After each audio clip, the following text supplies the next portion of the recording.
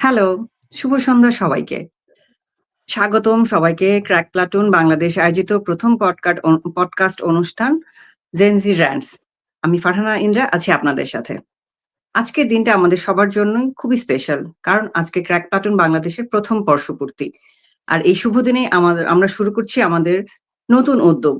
একটি মুক্ত আলোচনা যেখানে তরুণ প্রজন্ম তাদের ভাবনা, প্রশ্ন ও স্বপ্ন খোলা মনে যেকোনো দ্বিধা এবং বাধা ছাড়া শেয়ার করবে রাজনীতির মঞ্চের নেতাদের সাথে। রাজনীতির সাথে তরুণ প্রজন্মের মেলবন্ধন ঘটানোই আমাদের লক্ষ্য।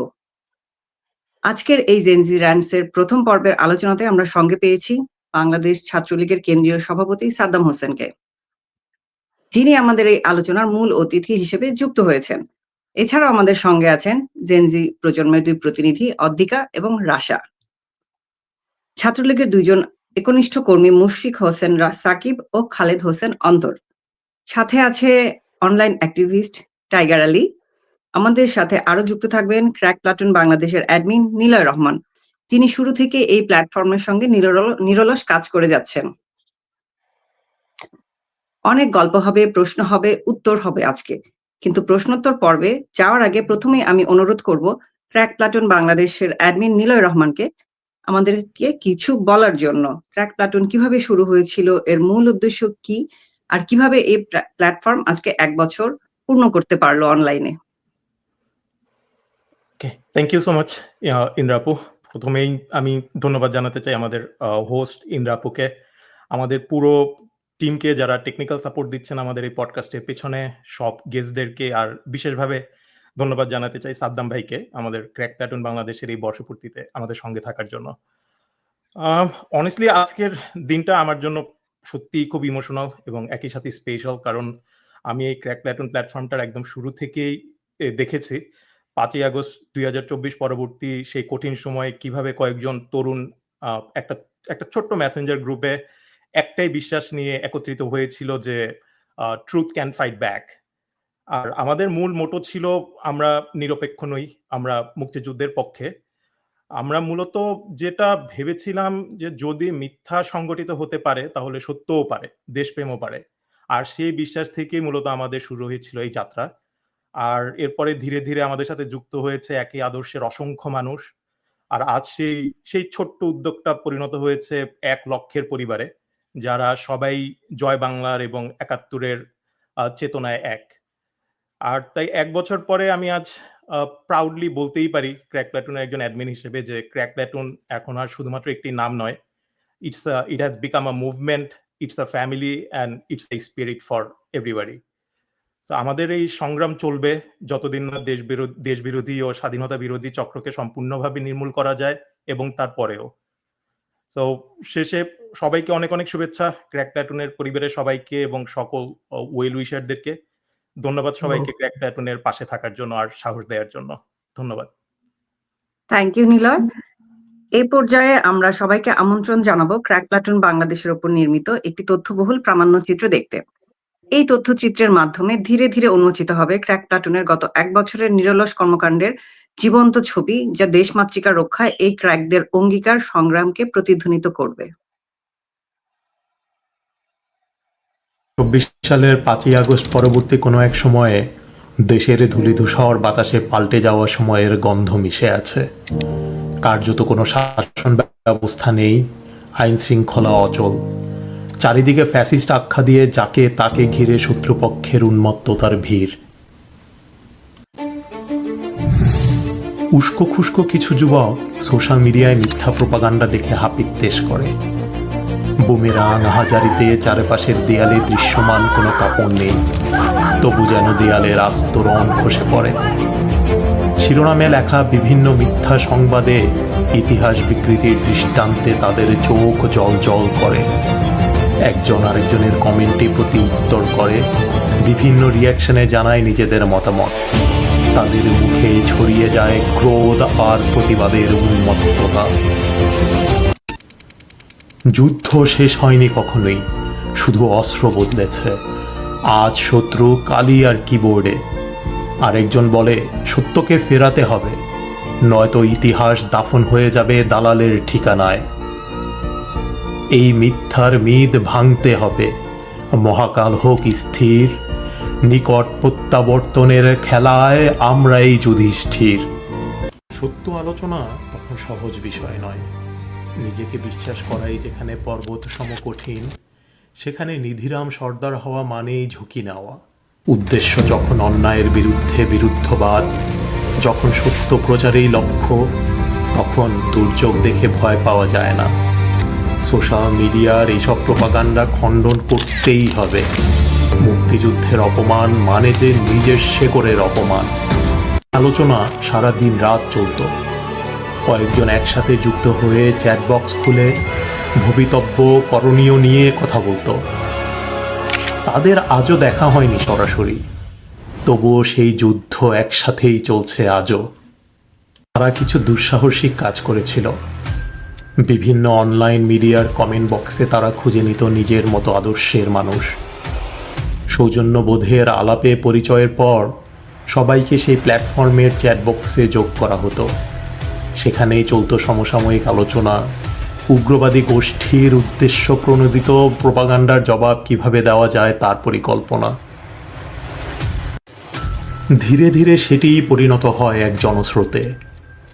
এখানে সবাই ক্র্যাক। এই ক্র্যাক মানে পাগল, তবে মানসিকভাবে নয়, দেশের আদর্শের জন্য অন্তপ্রাণ। তারা জানে রুমি, বদিউল আলম, আজাদ জুয়েলের গল্প। তারা জানে বঙ্গবন্ধুর অবদান, মুক্তিযুদ্ধের রোহমর্ষক অপারেশনের বিশদ বিবরণ। হিট অ্যান্ড রান যেন তাদের স্মৃতিতে বাজে। তারা 15 বছরের দেশের উন্নয়নকে অকৃতজ্ঞের মতো অস্বীকার করতে পারেনি। এই প্ল্যাটফর্মের নামেই ক্র্যাক প্লাটুন বাংলাদেশ। এই প্ল্যাটফর্মে নির্দিষ্ট আদর্শের মানুষজন নানা প্রস্তাব রাখে। জামায়াত শিবিরের হাইজাম্প ঠেকাতে জেনজের প্রজন্মকে আকর্ষণ করতে উঠে আসে রক পরিচর্যার ধারণা। তারপর মিম জেনারেশনের মাধ্যমে সোশ্যাল মিডিয়ায় রক পরিচর্যা ও মিমস সমগ্র হয়ে ওঠে বহুল জনপ্রিয় একটি প্ল্যাটফর্ম। একই আদর্শের মানুষকে এক ছাতার নিচে আনতে সক্ষম হয়েছে ক্র্যাক প্লাটুন ও রক পরিচর্যা, যা এখন এক অনলাইন মঞ্চ, এক আদর্শিক পরিবার। 1972 থেকে 75 সালের প্রপাগান্ডার জবাব দিতে চরমপত্রের মতোই তারা তুলে আনে মুক্তিযুদ্ধের অমূল্য সম্পদগুলো। স্বাধীনতা বিরোধীদের মিথ্যা ও বিভ্রান্তিমূলক প্রচারণাকে যুক্তি ও তথ্য দিয়ে তারা খণ্ডন করে। সুসময় রাজার জন্ম দেয়, আর দুঃসময় দেয় সৈনিকের পরিচয়। একখণ্ড চরমপত্র যেন নিষিদ্ধ মঞ্চে নতুন দিনের ঘোষণা, যেখানে ঝরে পড়ে ইতিহাসের নির্মম সত্য আর লুকিয়ে থাকে অস্তিত্বের বীজ। 72 থেকে 75 অপশক্তির মিথ্যা যুক্তিগুলোকে খণ্ডন করে এই পেজটির প্রতিটি লেখা হয়ে উঠেছে আদর্শিক মানুষের মণিসংকেত। অম্লান বিশ্বাসে তারা কালের মুখোশ উন্মোচন করছে। নীরবতার প্রাচীর ভেঙে সবাই এখন কণ্ঠ উন্মোচিত করতে শিখেছে। রাষ্ট্রীয় সম্পদ গণভবন ও সংসদ ভবনে হামলাকারী, ধানমন্ডি 32-এর ধ্বংসকারীদের, মুক্তিযোদ্ধাদের মবকারীদের চিহ্নিত করা আর তাদের সোশ্যাল মিডিয়ায় ট্রায়ালে তোলার ব্যবস্থা, এই কাজগুলোও করেছে ক্র্যাক প্লাটুন। এটা অন্যায় নয়, বরং ন্যায় যুদ্ধ। যেখানে আদালতে আইন নেই, আইন শৃঙ্খলা অচল, রাষ্ট্র যখন শকুনের দখলে, তখন নিজেদের আদালত গড়ে তোলা ছাড়া উপায় কি? বঙ্গবন্ধু ও তার কন্যার প্রতিকৃতিতে জুতা নিক্ষেপকারীদের শাস্তি, তাদের পরিচয়, ছবি, প্রমাণসহ সবকিছু প্রকাশ, এই কাজ করেছে ক্র্যাক প্লাটুন।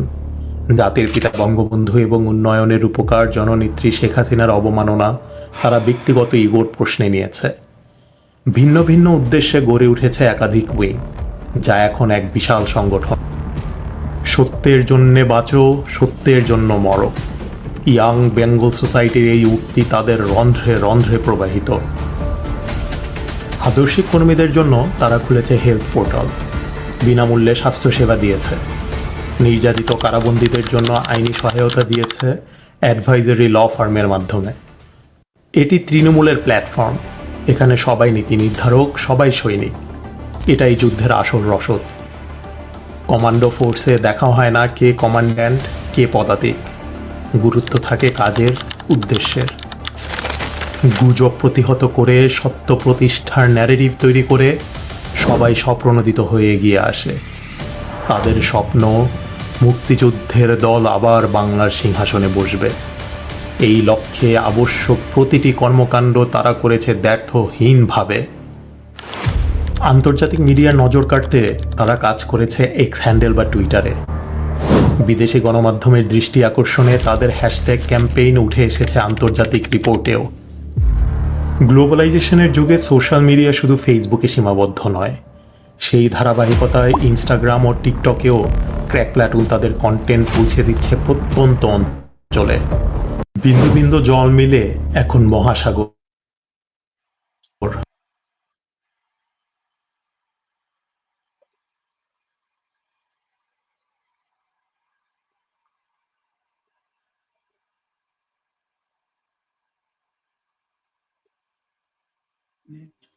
হ্যালো।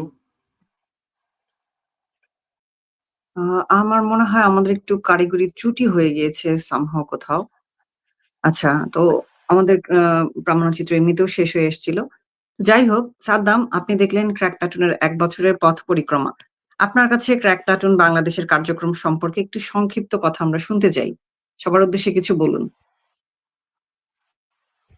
ধন্যবাদ। প্রথমেই তাদের এই অ্যানিভার্সারি, তাদের ১ বছর পূর্তিতে শুভেচ্ছা জানাচ্ছি। ক্র্যাক প্লাটুন আসলে গোটা বাংলাদেশের তারুণ্যের একটি প্ল্যাটফর্ম পরিণত হয়েছে এবং এটি জেন জি এবং একেবারে নতুন জেনারেশন যারা তাদের ভাষায় কথা বলছে, তাদের স্বপ্নের কথা বলছে, তাদের কষ্টের কথা বলছে এবং সমস্যার সমাধান করার চেষ্টা করছে। বিশেষ করে আমাদের মুক্তিযুদ্ধ চলাকালীন সময়ে যেমন স্বাধীন বাংলা বেতার কেন্দ্র ছিল, ব্রিটিশ ভারতের সময়ে যখন রেনেসার মতো করে ইয়ং বেঙ্গল সোসাইটির কথা তারা যেটি বলেছে, আসলে ক্র্যাক প্লাটুন তো আজকে সেটি হয়ে দাঁড়িয়েছে। আমাদের ডেমোক্রেসিকে রিস্টোর করার জন্য, আমাদের বাংলাদেশকে, আমাদের 71 কে রিক্লেইম করার জন্য এবং আমাদের অধিকারকে রিগেইন করার জন্য আমি মনে করি যে ক্র্যাক প্লাটুন আমাদের পথ দেখাচ্ছে। তারা তার তরুণ প্রজন্মের স্বপ্নের ভাষায় কথা বলছে, তারাই আমাদের লিগেসিকে ধারণ করছে এবং ক্র্যাক প্লাটুন আমি মনে করি স্বাধীন বাংলা বেতার কেন্দ্র যেমন সাকসেসফুল হয়েছে, এটাও তেমনি আমাদের অর্জনকে, আমাদের ঐতিহ্যকে এবং আমাদের প্রজন্মের স্বপ্নকে তারা সাফল্যের সঙ্গে নেতৃত্ব দেবে। ধন্যবাদ সাদ্দাম আপনাকে চমৎকার বক্তব্যের জন্য। ক্র্যাক প্লাটুনকে নিয়ে বলা আপনার কথাগুলো সত্যিই অনুপ্রেরণাদায়ক। আমার বিশ্বাস ক্র্যাক প্লাটুনের প্রতিটা সদস্য আপনার এই বক্তব্যে উচ্ছ্বসিত হবে। আর সময় নষ্ট না করে আমরা চলে যাব মূল প্রশ্নোত্তর পর্বে। আমরা আজ খোলা মনে কথা বলবো আলোচনা, সমালোচনা, আশা, প্রত্যাশা, ব্যর্থতা সবকিছু নিয়েই। Because that's what Gen Z Rants is all about. Honest conversation without filters. প্রথমে আমি চাই আমাদের জেনজি প্রতিনিধির কাছে একটু শুনতে। প্রথম প্রশ্ন করবেন অদ্দিকা, তিনি একটি প্রাইভেট ভার্সিটির student. অদ্দিকা। Hello, Bhaiya. Thank you so much for giving me this platform. First of all, I hope that you guys are doing well.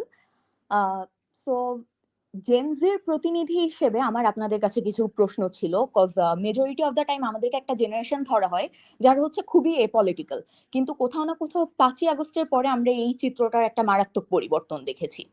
So এখন আমি যদি বলি যে আমি যখন থেকে রাজনীতি বা ছাত্র রাজনীতি ব্যাপারটা বুঝতে শিখেছি, তখন থেকে আমার কাছে মোস্ট প্রমিনেন্ট 2টা অর্গানাইজেশন যদি আমাকে বলতে হয়, তাহলে একটা ছিল Awami League and secondly Bangladesh Chhatra League.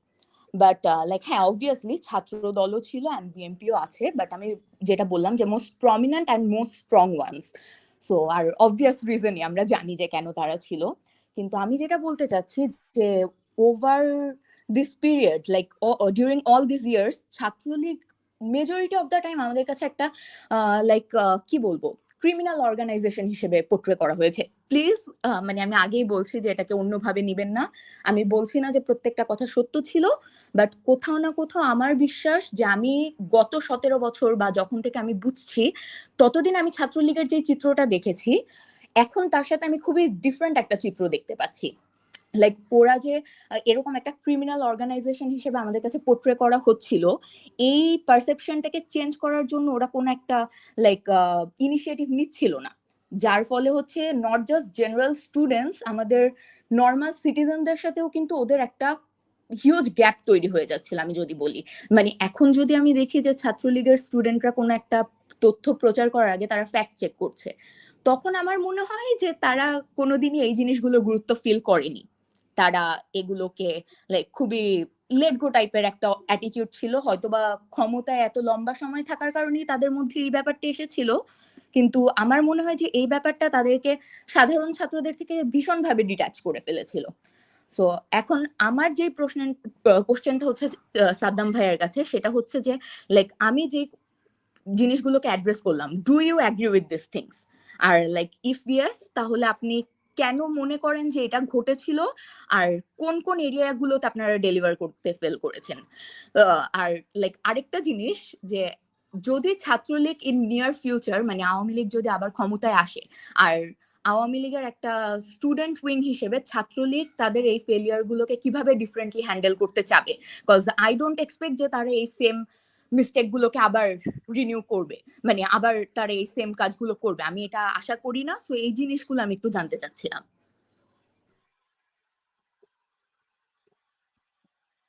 First of all, greetings to all the Gen Zs out there from a millennial. Students criticize Bangladesh Students League not because they hate it, but because they expect more from it. Their criticism actually shows that students care about Bangladesh Students League. হ্যাঁ, অবশ্যই আমাদের চলার পথে তো অবশ্যই আমাদের shortcomings আছে, limitation আছে, আমাদের ভুলভ্রান্তি আছে, এবং এগুলো আমরা একেবারে হোল হার্টেডলি এটা আমরা স্বীকার করি, আমরা সরি বলি, এবং এগুলো থেকে কিভাবে রিকভার করা যায়, কিভাবে আমাদের ভবিষ্যতের পথ চলাটা সুন্দর করতে পারি, আমাদের পারফরমেন্স যে কোনো রাজনৈতিক দল, ছাত্র সংগঠন হোক, পারফরমেন্স তো সবকিছুই থাকবে আমাদের প্যারামিটার অনুযায়ী। বিশেষ করে যখন ছাত্র রাজনীতি, আমাদের বাংলাদেশের ছাত্র রাজনীতি, ছাত্রলীগ তো বাংলাদেশের ছাত্র রাজনীতির বাইরের কিছু না, এটা তো বাংলাদেশের ছাত্র রাজনীতি। তো সে কারণে বাংলাদেশের ছাত্র রাজনীতির লিমিটেশন আছে, সমস্যা আছে, সেটা আমাদের মধ্যেও আছে। এবং আমরা হয়তো পিছনের দিকে যদি ফিরে থাকাই, অনেক সময় তো আমাদের মনে হয় যে হ্যাঁ, এই সমস্যাটি হয়তো এভাবেও সমাধান করা যেত, এটা না হয়ে এটা হতে পারত। কিন্তু বাংলাদেশ ছাত্রলীগ আমরা সবসময় পথ চলেছি, লড়েছি, শিখেছি, গড়েছি, ভেঙেছি, রাষ্ট্র ভেঙে নতুন স্বাধীনতার জন্ম দিয়েছি, গণতান্ত্রিক সংগ্রামে কাজ করেছি। আবার আমাদের গণতান্ত্রিক পথ চলাও তো হয়তো আমাদের সেখানে আমাদের গণতান্ত্রিক ব্যাকরণে তো ভুল ত্রুটি আছেই। এবং আমাদের জেন জি প্রজন্মের প্রতিনিধি হিসেবে যে বিষয়টি এখানে আলোচনায় আসলে, আমরা অবশ্যই সেটা স্বীকার করি, এবং আমরা এটা we do believe that Gen Z will lead this. আমাদের বর্তমান প্রজন্মের যারা রয়েছে, they will fix the problems of our generation or the previous generation. আমাদের বর্তমান প্রজন্মের যারা প্রতিনিধিত্ব করে, তারা বরং দিসটা তৈরি করবে, দে উইল রিবিল্ড দিস। তারা এটা স্ট্রং করবে আমাদের ডেমোক্রেটিক সংগ্রামের জন্য, আমাদের গণতান্ত্রিক সংগ্রামের জন্য, সেটা আরো বেশি তারা সন্নিবেশিত করবে, সংগ্রামকে তারা আরো এগিয়ে নেবে। এবং আমাদের এই সংগ্রাম তো জেনজিরই সংগ্রাম, কারণ আমাদের এই সংগঠনটা কি, আমাদের ছাত্রলীগের সঙ্গে ছাত্রদের সম্পর্কটা কি? Students are the real owners of Bangladesh students league, they are the real stake holders of this organization. So তারাই তো আমাদের নেতৃত্ব দেবে। আমাদের লিমিটেশন যেটি, আমাদের অর্জন যেটি, সবকিছুই তো আমাদের এই বর্তমান প্রজন্মের যারা রয়েছে তারাই আমাদের। বরং আমি তো বলবো যে জেনজিরা আরো বেশি অগ্রসর থাকবে, আরো বেশি এই ভুল ত্রুটি তারা সেটি নিজের করে নিবে, তাদের সংগঠন তারা তাদের মতো করে সেটি তারা গড়ে তুলবে। এবং এই যে আমাদের কামব্যাক করা, আমাদের মানুষের আস্থা অর্জন করা, কনফিডেন্সে যাওয়া, সেগুলো আমাদের বর্তমান প্রজন্মই তারা করবে। দে উইল লিড আস। তারা আমাদেরকে এই জায়গা থেকে নেতৃত্ব দেবে। এবং আমাদের ছাত্র রাজনীতিকে, বিশেষ করে ছাত্র রাজনীতিকে তো অবশ্যই কন্টেম্পোরারি করা প্রয়োজন, ছাত্র রাজনীতিকে আরো বেশি আধুনিক করা প্রয়োজন, মডার্ন করা প্রয়োজন, স্টুডেন্ট সেন্ট্রিক করা প্রয়োজন। তো এই যে পরিবর্তনগুলো প্রয়োজন, এই পরিবর্তনগুলো কারা করবে? আমাদের এই যে যারা রয়েছে তারাই তো এই কাজগুলো তারা করবে, তারা সেটি জায়গা থেকে নেতৃত্ব দেবে আমাদের। They will take our organizations to the next level, they will lead in the paradigm shift of student politics. তো আমি মনে করি যে জেন জি যারা রয়েছে তারাই সেটি করবে। এবং জেন জি, আমরা তো পারস্পরিক একটি বোঝাপড়ার মধ্যে রয়েছে, তাদের কাছ থেকে আমরা শিখছি, জানছি। আমরা ভুল করলে অবশ্যই আমাদের শিক্ষা আমরা গ্রহণ করি, যে আমি সরি বলছি ছাত্রীদের, আমাদের সবসময় সেটি অনুভব করি, সবসময় আমাদের সেটি রয়েছে। বরং এটির মাধ্যমে এই সরিটা তো একই সঙ্গে একটা আত্মসমালোচনা, একটা উপলব্ধি, একই সঙ্গে একটা ওয়েক আপ কল হিসেবেই আমি সেটি মনে করি। তো আমরা সেখান থেকে সেই শিক্ষাটা আমাদের আছে, এবং ক্রিমিনাল অর্গানাইজেশন কিংবা যেই বলুক যেটা বলুক, আমি সেটিকে বরং ফ্রেন্ডলি ভাবে নিতে চাই। আমি বরং এই যে সমালোচনা, যে কোনো ধরনের সমালোচনা, ক্রিমিনাল অর্গানাইজেশন বলা হোক, নিষিদ্ধ সংগঠন বলা হোক, যেটাই বলা হোক না কেন, আমি বরং সেটিকে আরো বেশি খেলোয়াড় সুলভ দৃষ্টিভঙ্গি থেকে আমি গ্রহণ করতে চাই, আরো বেশি স্পোর্টিভ দৃষ্টিভঙ্গি থেকে আমি আসলে এটি গ্রহণ করতে চাই, যাতে করে আমরা এই কারেকশন গুলো করতে পারি, আগামী দিনের সমস্যাগুলো অ্যাড্রেস করতে পারি, এবং জেনজিরা তাদের স্বপ্নের মতো করে, বাংলাদেশ ছাত্রলীগ তারা তাদের মতো করে গড়ে তুলবে, এইটাই চাই। এবং আমাদের এই বর্তমানে যে সংগ্রাম,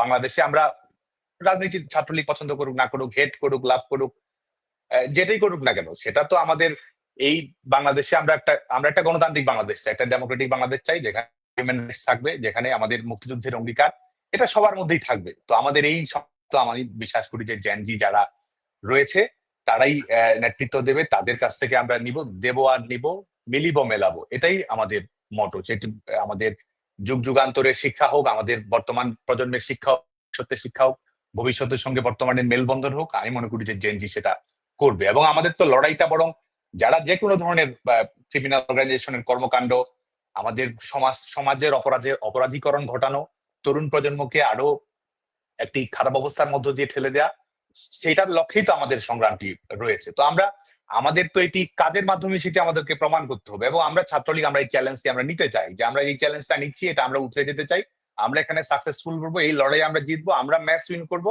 এবং বাংলাদেশ ছাত্রলীগের কর্মীরা এই লড়াইয়ের সেরা খেলোয়াড় হবে। ছাত্রলীগের কর্মীরা তারা চ্যাম্পিয়ন থাকবে, তারা আমাদের সংগঠনের মর্যাদা, আমাদের লড়াইয়ের আত্মমর্যাদা, তারা সবকিছুকে সেটি আরো সেটি ধারণ করবে, বাস্তবায়ন করবে। আমি মনে করি যে আমাদের ছাত্র রাজনীতির বসন্ত আসছে, the spring of BSL is coming, এবং আমি বিশ্বাস করি যে এই জেনজি আমাদের নেতৃত্ব দেবে।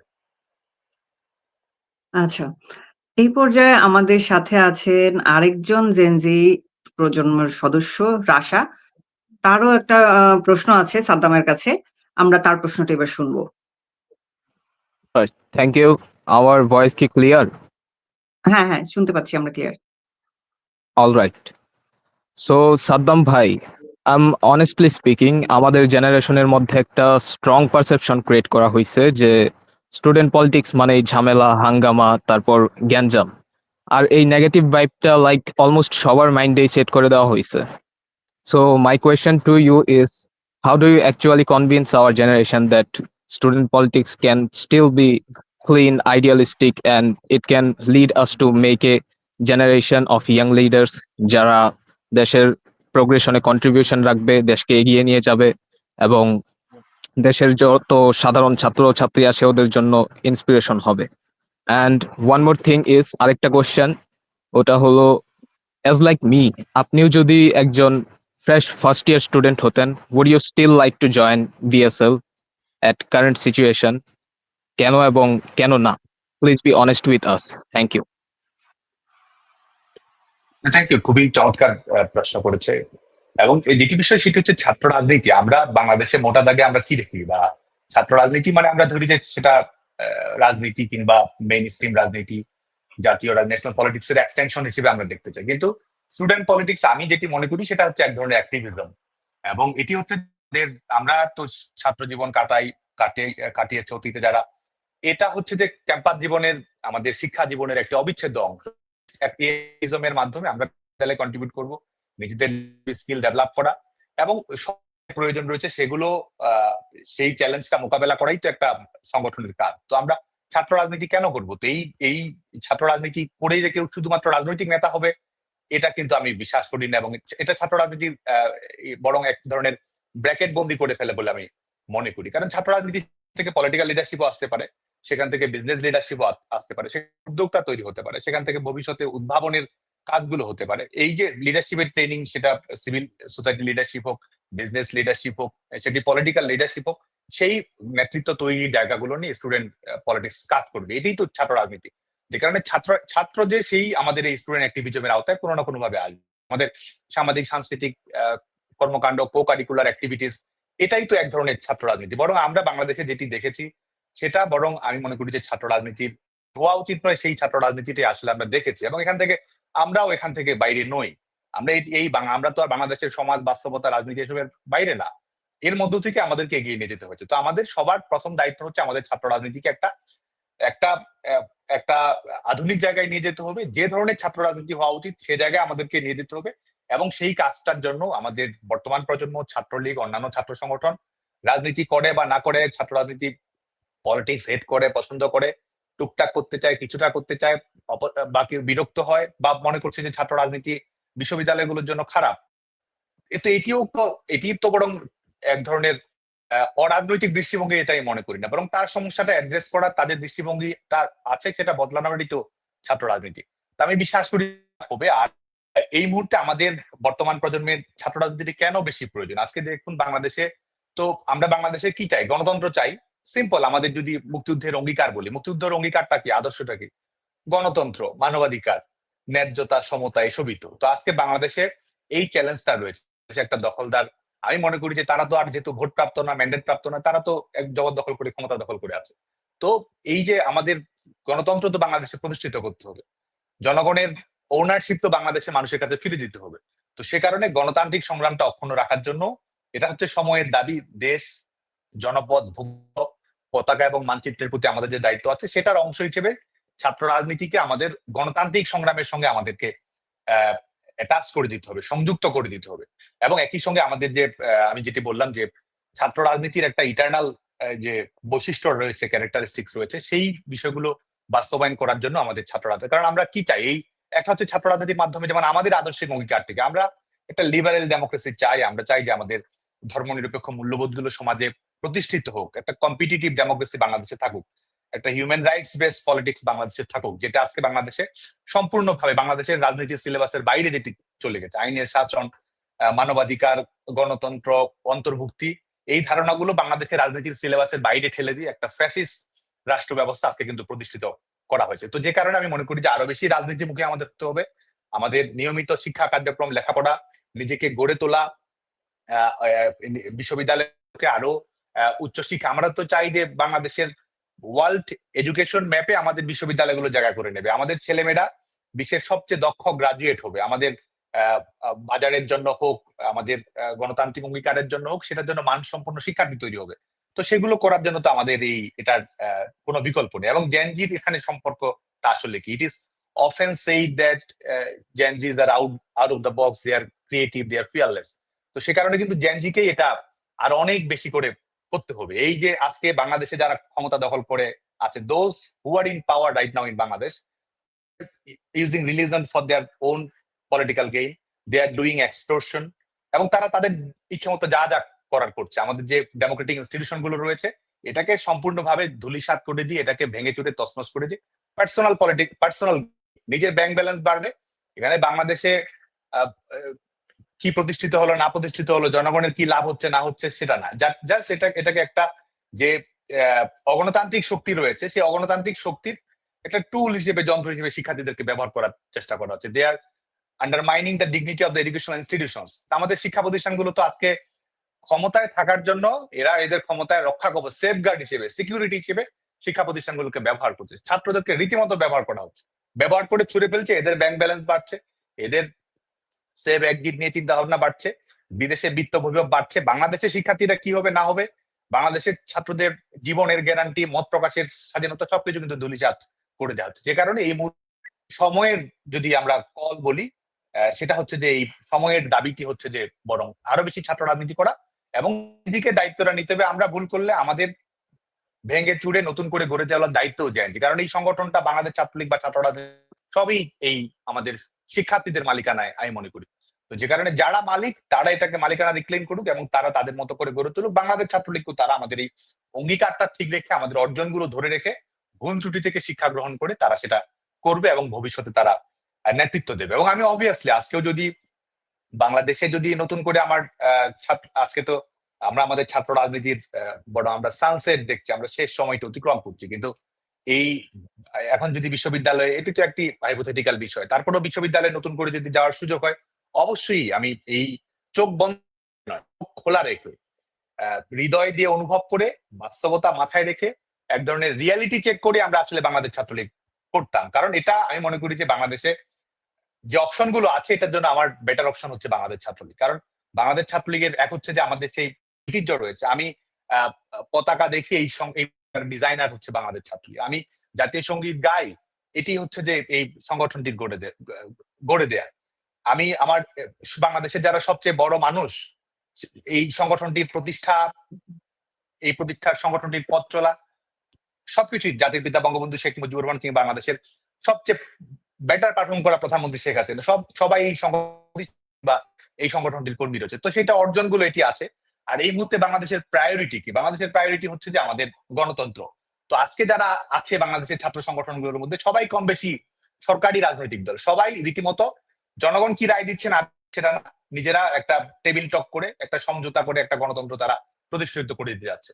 তো এটাকে মোকাবেলা করার জন্য সবচেয়ে বেস্ট অপশন আমার সামনে কি? অবশ্যই বাংলাদেশ ছাত্রলীগ, যারা গণতন্ত্র প্রতিষ্ঠা করতে চায়, যারা মানব প্রতিষ্ঠা করতে চায়।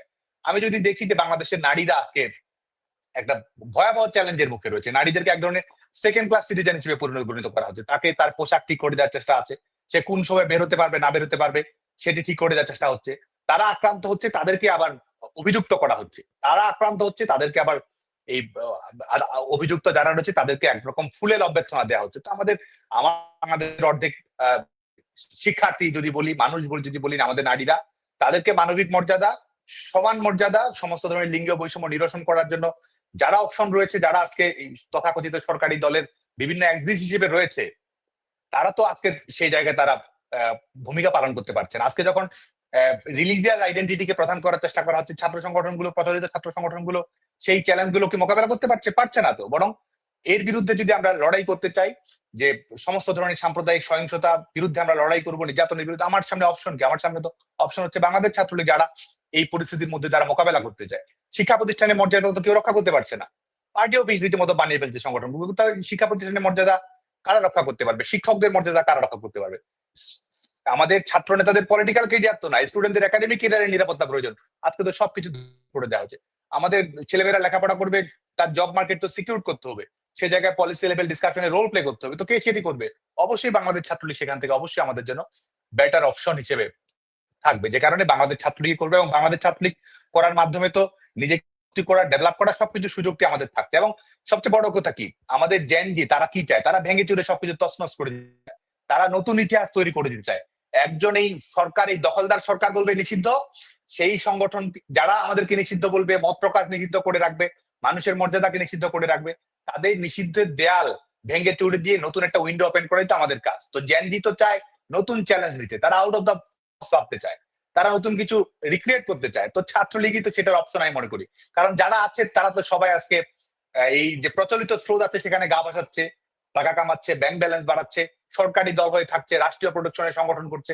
এই রাষ্ট্র দেয়াল, ব্যারিকেড, গ্রেনেড, বুলেট সবকিছু মোকাবেলা করে, কারাগার সবকিছু মোকাবেলা তরুণ প্রজন্ম। সাদ্দামের লাইনটা মনে হয় একটু ডিস্টার্ব করছিল অনেকক্ষণ যাবত। এখন ফাইনালি মনে হয় ডিসকানেক্ট হয়ে গেল। তো নিলয়, আপনি একটু কি সাদ্দামের সাথে কন্ট্যাক্ট করতে পারবেন? হ্যাঁ, সাদ্দাম আবার ফিরে আসছে। হ্যাঁ, এখন আবার কানেকশন চলে আসছে। তরুণ প্রজন্ম যে ধরনের লাইফস্টাইল চায়, তরুণ প্রজন্ম যে ধরনের স্ট্রাগল চায়, তরুণ প্রজন্ম নিজের যে তারুণ্যের সময়টুকু আছে, ক্যাম্পাস জীবনটা আছে, সেটা হিসাবে সেই বিদ্রোহ, প্রতিবাদ, ন্যায়ের স্ফুলিঙ্গ হচ্ছে একটা সংগঠনে এখন অফার করতে পারবে সবচেয়ে ভালোভাবে, সেটা হচ্ছে বাংলাদেশ ছাত্রলীগ। তো আমি মনে করি যে বাংলাদেশ ছাত্রলীগ এখন সবচেয়ে বেটার অপশন, এবং অবশ্যই আমি বাংলাদেশ ছাত্রলীগ করতাম, এবং জেনজি যারা রয়েছে আমি দৃঢ়তার সঙ্গে বলতে পারি তারা ছাত্রলীগই করবে। আচ্ছা, আমাদের কো-হোস্ট নিলয়ের সম্ভবত কিছু প্রশ্ন আছে সাদ্দাম আপনার কাছে। আমরা একটু নিলয়ের কাছ থেকে শুনি তার প্রশ্নটা কি। জি, থ্যাংক ইউ আবার।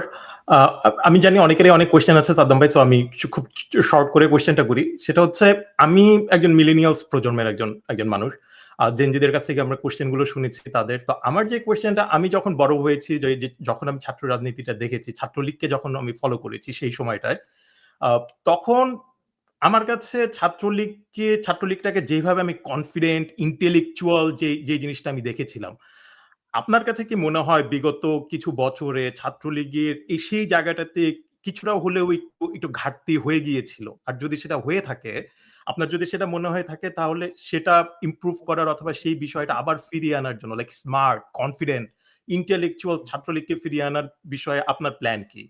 আর আরেকটা ছোট একটা প্রশ্ন, সেটা হচ্ছে ছাত্রলীগের বিষয়ে বিগেস্ট মিথ অ্যাবাউট বিএসএল, এটা আপনার কাছে কি মনে হয়? আর আপনাকে যদি সুযোগ দেওয়া হয় সেই মিথটা আপনি আপনি আপনি কিভাবে ভাঙতে চান?